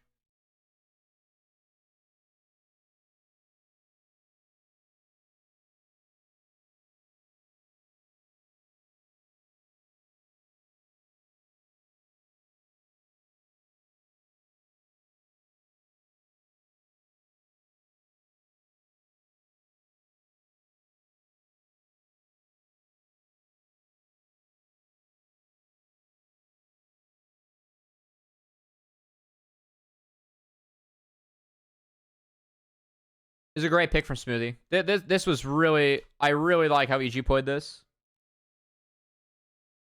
So this is the point of the game where like EG is like on the timer, right? They can't really allow Ocean Soul to go over to TL because then their poke doesn't matter that much. I still think the game is winnable, even if TL gets Ocean Soul, but it gets a lot harder.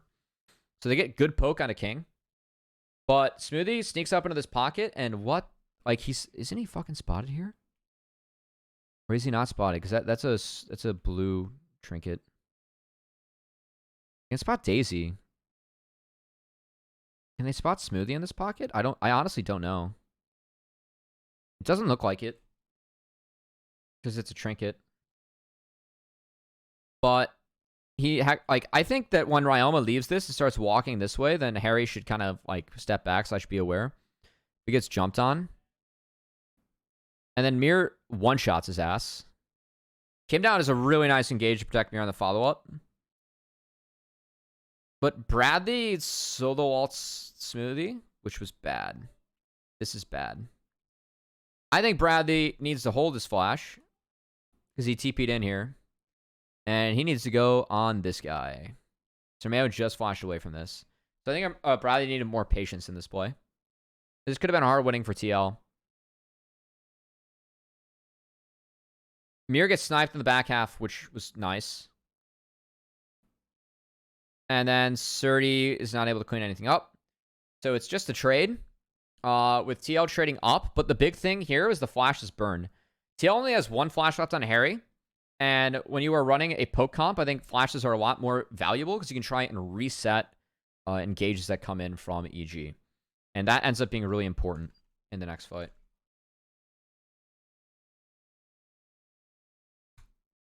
So with flashes down, EG, they're like, all right, fuck it. We don't have any bot side control, which they don't. TL's been living in the side of the jungle. It was the one point on the top side that EG got. So EG respecting the size of the map, they say, all right, fuck it. We're going to hit Baron.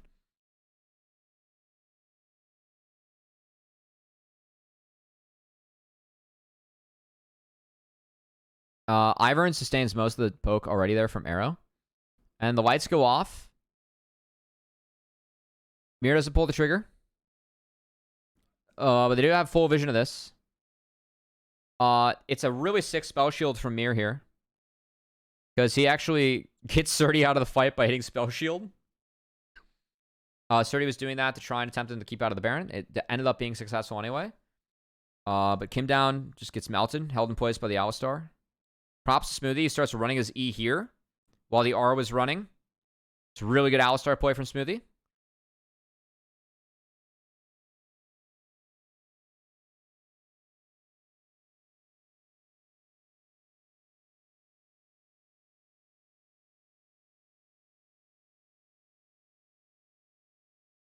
And then EG just kind of used the Ivern and the Moonstone to be like, all right, we're just going to cruise on in here with Baron. Baron creeps mid.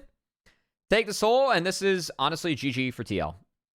Because EG's comp, they scale really hard. You can see that there's already a Vamp Scepter onto Ryoma. There's a Moonstone and a Redemption for the Vern. You can no longer jump into EG and one-tap them. And the carries, they scale really, really hard for EG. You have Triss Kaisas, so I think that was the game. I really like how this game was put out by each of these teams. EG just, they had the comp that outscaled. TL didn't get enough early. The first few Nocturne ults went wayward for Mir. And EG did a nice job of playing patiently, but also taking a few things out of TL when they could, which I think is really key when you're playing scaling. Scaling doesn't mean losing. It just means that, like, you're going to have to be smarter about when you try and make plays.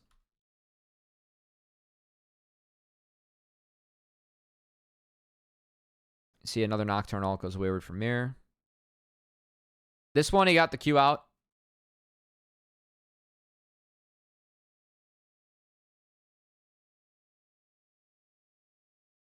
But again, it's really hard to force onto the sides for EG. Rama takes some decent poke.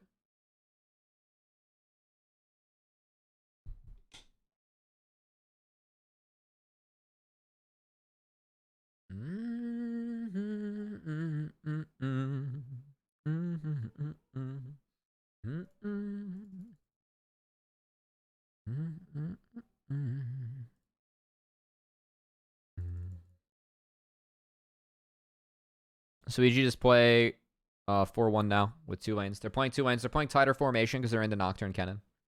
And you can see them doing a really nice job here of denying the Cannon flanks. As that is what TLC are looking for with Bradley.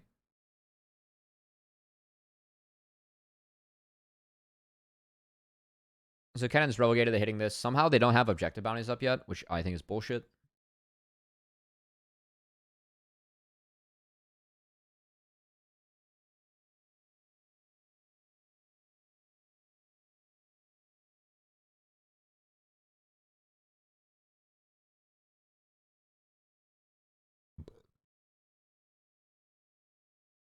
Oh, the dino spams are funny.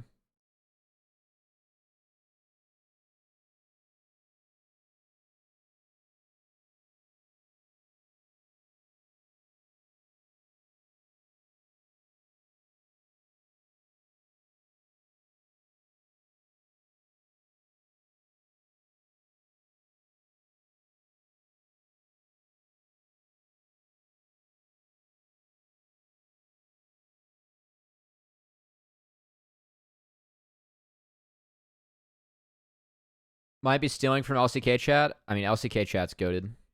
Bring out the bros next. As you can see, Bradley's trying to find a flank here, but it's marked really well by Smoothie.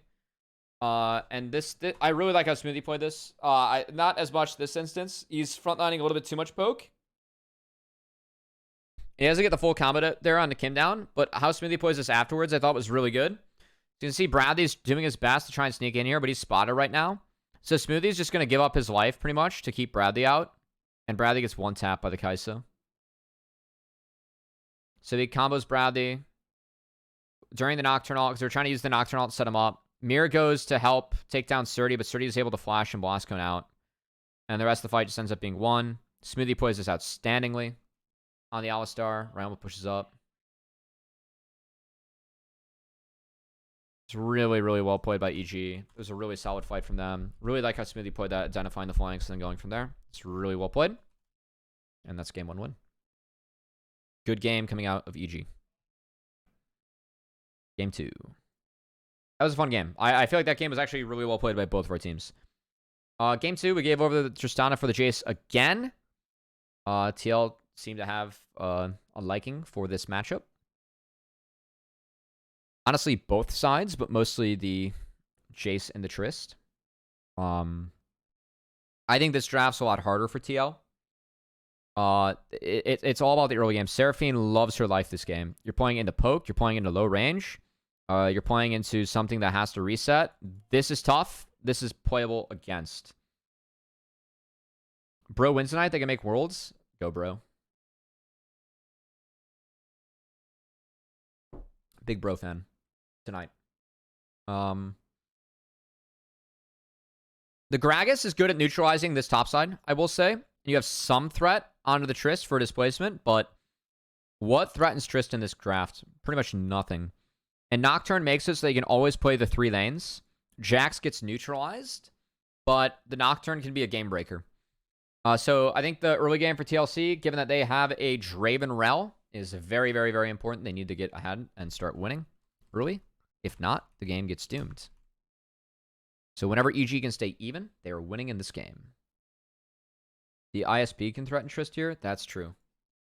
We fucking detest the Santa Monica ISP. I say that because it starts with an S and ends in an M. And rhymes with rectum. The rectum ISP sucks. Please don't hurt me, rectum.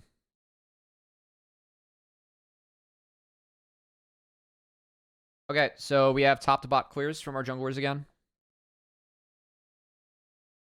The Draven was definitely a recipe. Yeah, I mean, Seraphine really likes her life in the Draven. Be funny if the stream died. It would be sad. Yeah, Rakan's okay here because you can at least keep the lane topped off. You see Smoothie started Q. And EG just aren't even going to try and threaten. Gonna let the wave come to them.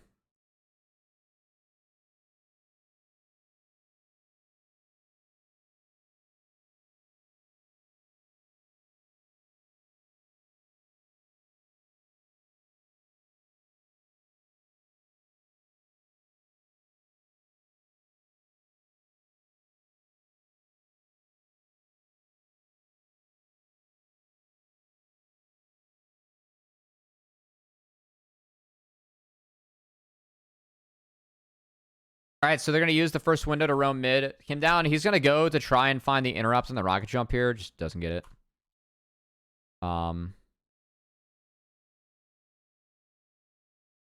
So that it's like a turn miss. Santa Monica is bad, but I'm still glad I don't have to use the T1 ownership company like Kragus Bombast if we aren't using the names. Oh boy.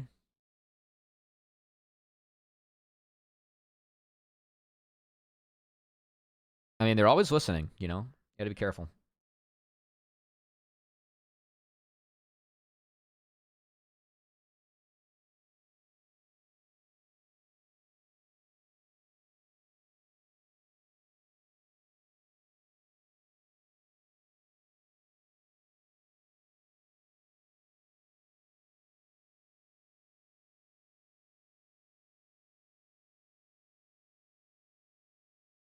Really nice W here from Smoothie.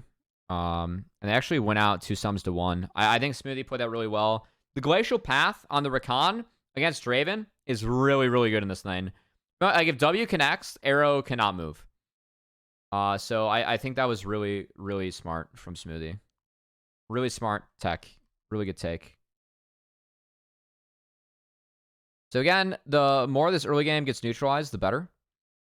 Game plan right now for TL. Gonna be try to get this dragon on time, but Seraphine does have the tier and is able to base. So this is a lot of mana for EG to play off of. Now Arrow does have the lethality. So this should be first Drake being taken on time on this wave. And you can see EG is going to give this no contest. It's fine. They know this is going over in draft. It's fine. They rolled out that system where you can use anyone's home Wi-Fi with that company as a guest using your login. What the fuck? That's mucked up. Armeo, while that's being taken, though, does deny a camp, which I do like a lot. So Mirror gets... He bleeds 1 camp from that. Well done, Armeo.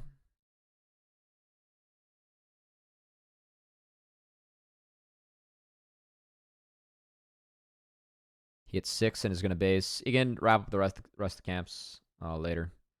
But he wants that Iron Spike whip. And now it's, does EG want to contest Herald or not? Because again, TL, they're very strong early. But it's an even game at the moment. Kim's going to walk up here early to make sure that Bradley can get his top wave in. They ward Herald off it.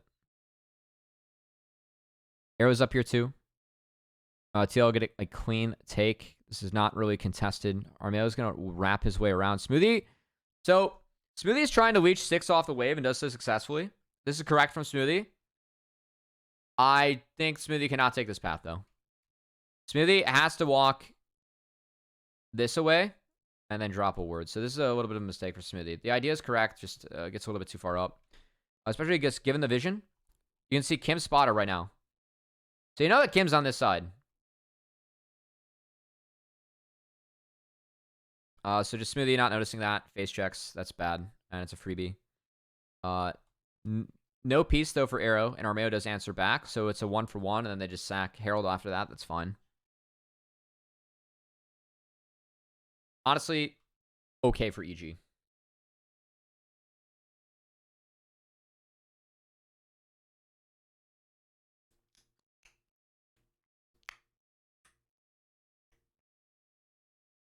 Wow, wow, wow, wow, wow, wow, wow, wow.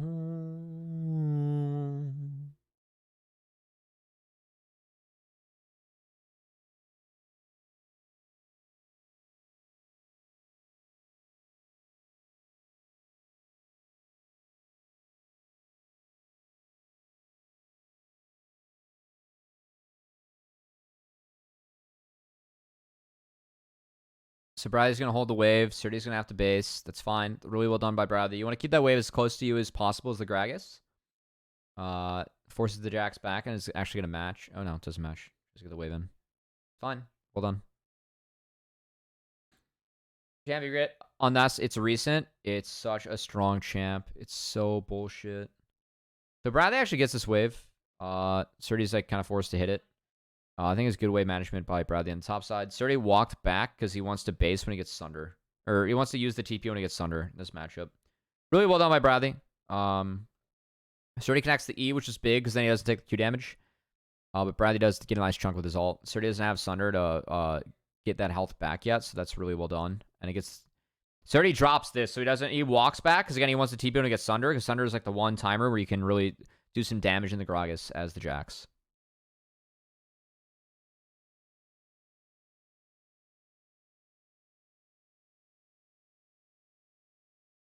Now, this for me is where TL kind of fucked up.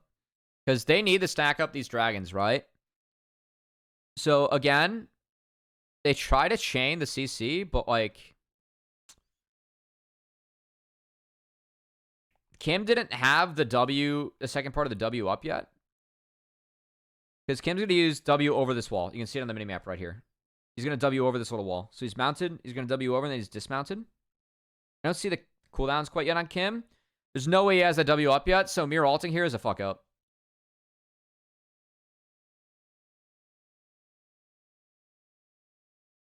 And the fact that they burn 2 ults and get nothing and Bradley doesn't have his, it means this dragon goes over to EG for free, which buys them 5 minutes as a Seraphine comp. And for me, given the drafts, this is where the game gets really hard. You can see TL is going to TP in because they're like, oh, fuck, like, we got to contest this, right? So he's going to match.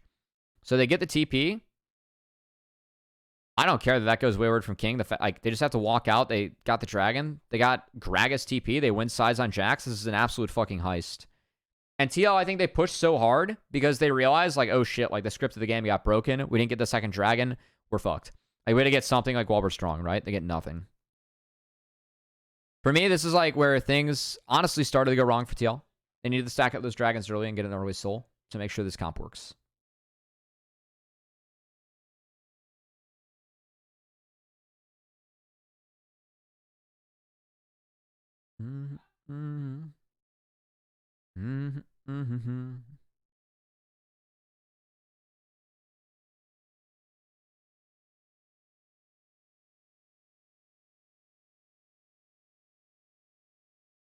Oh, bro's up right now. Do bro have to win the series or do they have to win a game? Does Astronautilus know? CO of NA back in lane. Bot lane, yeah. We've had Seraphine's been a counter to Ziggs in Challengers League. And I really like it in the Ziggs and Poke, actually. I think it's really good. And it was good in the Draven this game. You have enough range where Draven can't really interact with you, so I really like Mage in the Draven.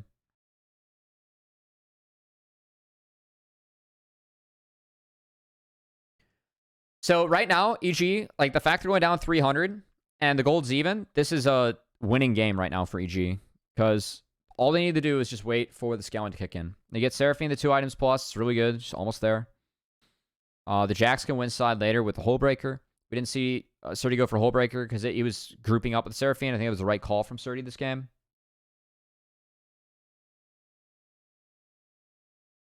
And we are a minute away from this dragon.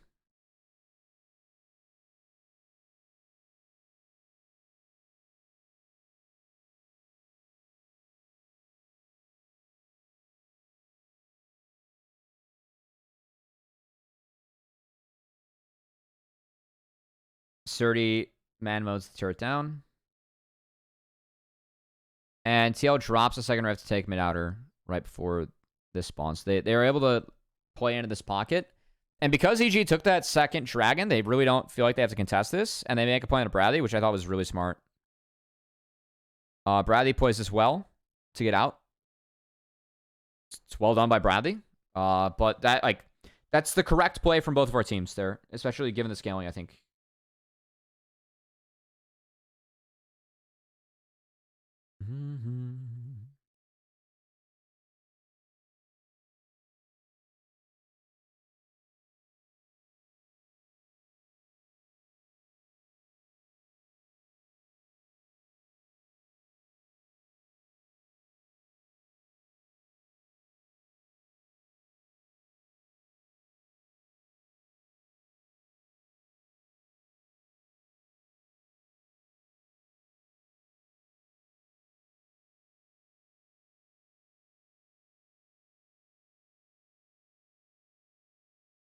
Armeo's too good to be in challengers again. Yeah, Armeo's good, man. Mirror's good too. Mirror didn't have his best day today. Mirror is a good player. Really good. But he did not play that great today, especially going back through the tape. I feel like TL really had to push their leads, push the tempo, and Mirror just wasn't able to do it with the rest of the team.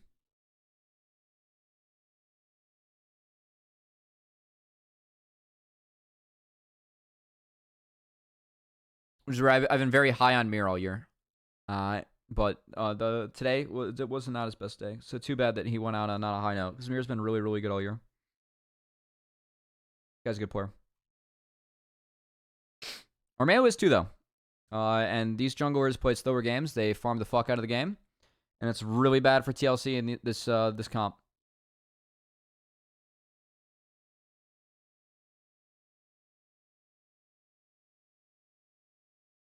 Because they have to get things rolling. They did not.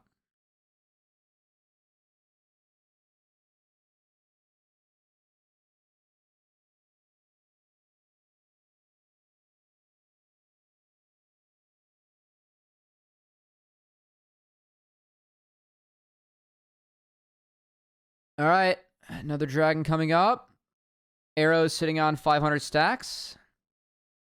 Really, game plan for TL is try their best to get a kill on the Draven, who went flipping Serpent's Fang second. I don't know about the efficiency of this item. I know it's not the best, but there are a lot of shields.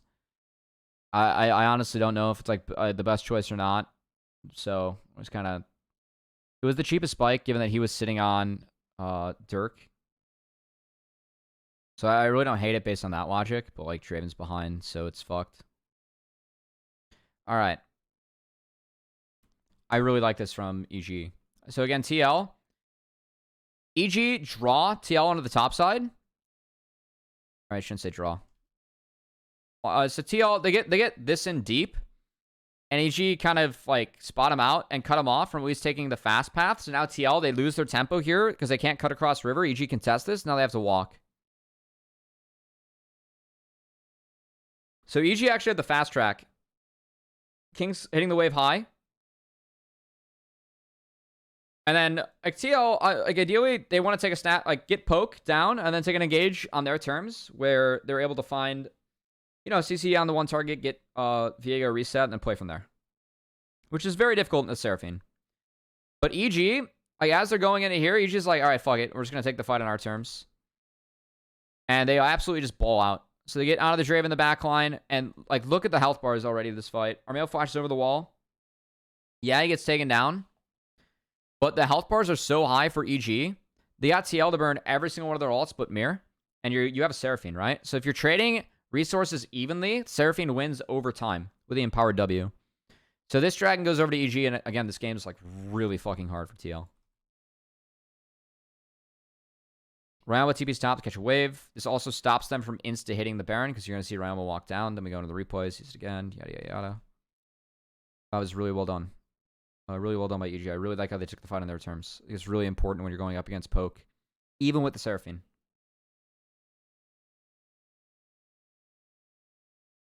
Smoothie gets caught. They don't give it over to Arrow, which is honestly, again, a bit tragic. And TL, they hit it. But Surdy is able to get out here. So Surdy doesn't commit for that ward. Kim runs at him. He does have flash, but he doesn't go for it here. I think Kim has to flash. Like, they just have to try and make something happen, like, while, like, they have a man down, because, like, this game's fucked, you know?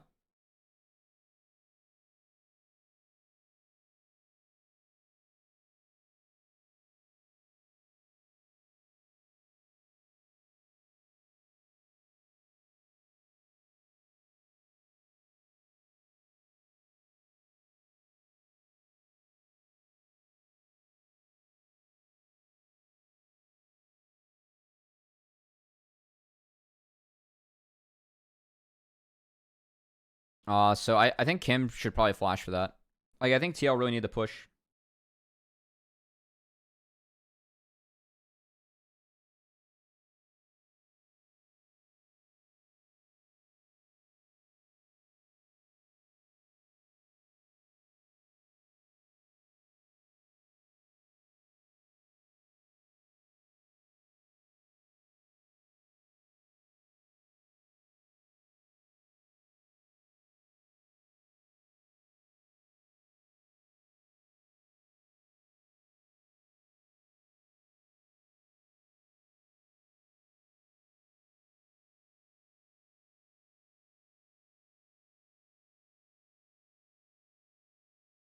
Amir gets a Miracle Steal. I mean, this is the only thing that keeps TL in the game. This is also really fucked from Surdy. He gets yoinked by the Magma Storm back in, which is pretty funny.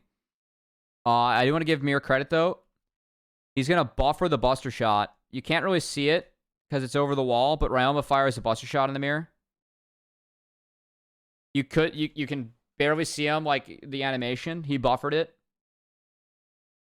So, I mean, Mir forgives some of the sins that he had earlier in the game for that one, for sure.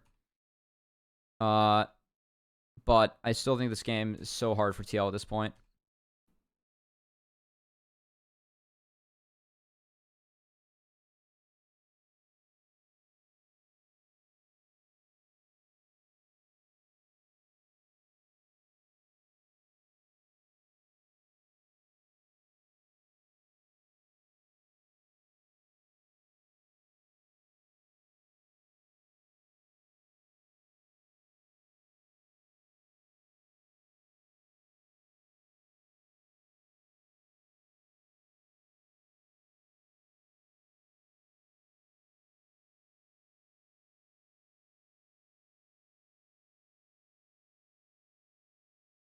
Armada was able to sneak out of this, which is really nice.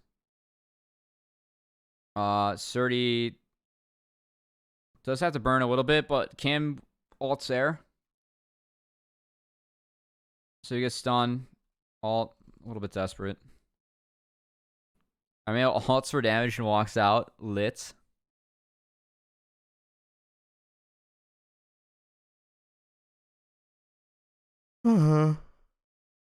And then Seraphine just takes over. So you go find Arrow. Arrow flash cleanses out. But I really like what Surdy does here. Surdy just does a nice job of buying space. He ends up almost going down, but Seraphine keeps him alive, and then the fight's just over. Because, like, you don't hit your first set of spells on Seraphine. It's like fucking plus 1,500 healing across your entire fucking team. So that's third dragon. And again, like, this game's so hard.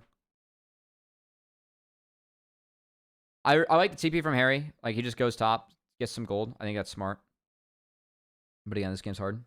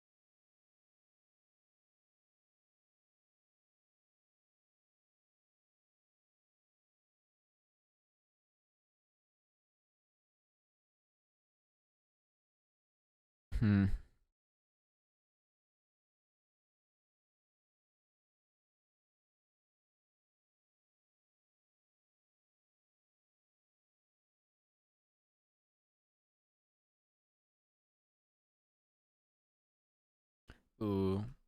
This was the game-ending angle. I mean, again, I think this game is so hard right now for TL. Like, they're just responding to every single wave. Kim has an angle here. I think flashing past the Nocturne and getting out of Ryoma was good, but it's a really good buster shot from Ryoma. So he saves his flash, and then he doesn't get stunned up here by Kim, which was the big thing. So now, like, it's actually just fucked. King hits a really fat ult here. It's a great reaction from both Harry and Arrow, but it doesn't matter. They can't DPS in a Nocturne. And then Seraphine just runs Train. And that's GG. And that's how we lose our number 1 seed TL. I really feel bad for the TLC guys. Sounded some love. They were a lot better than what their finish was in playoffs. Had a great split. I mean, I'm not saying they deserve to like go through against EG. EG beat them, as we just saw, pretty soundly. But man, TL played good this year. Just didn't play well in playoffs, and that sucks.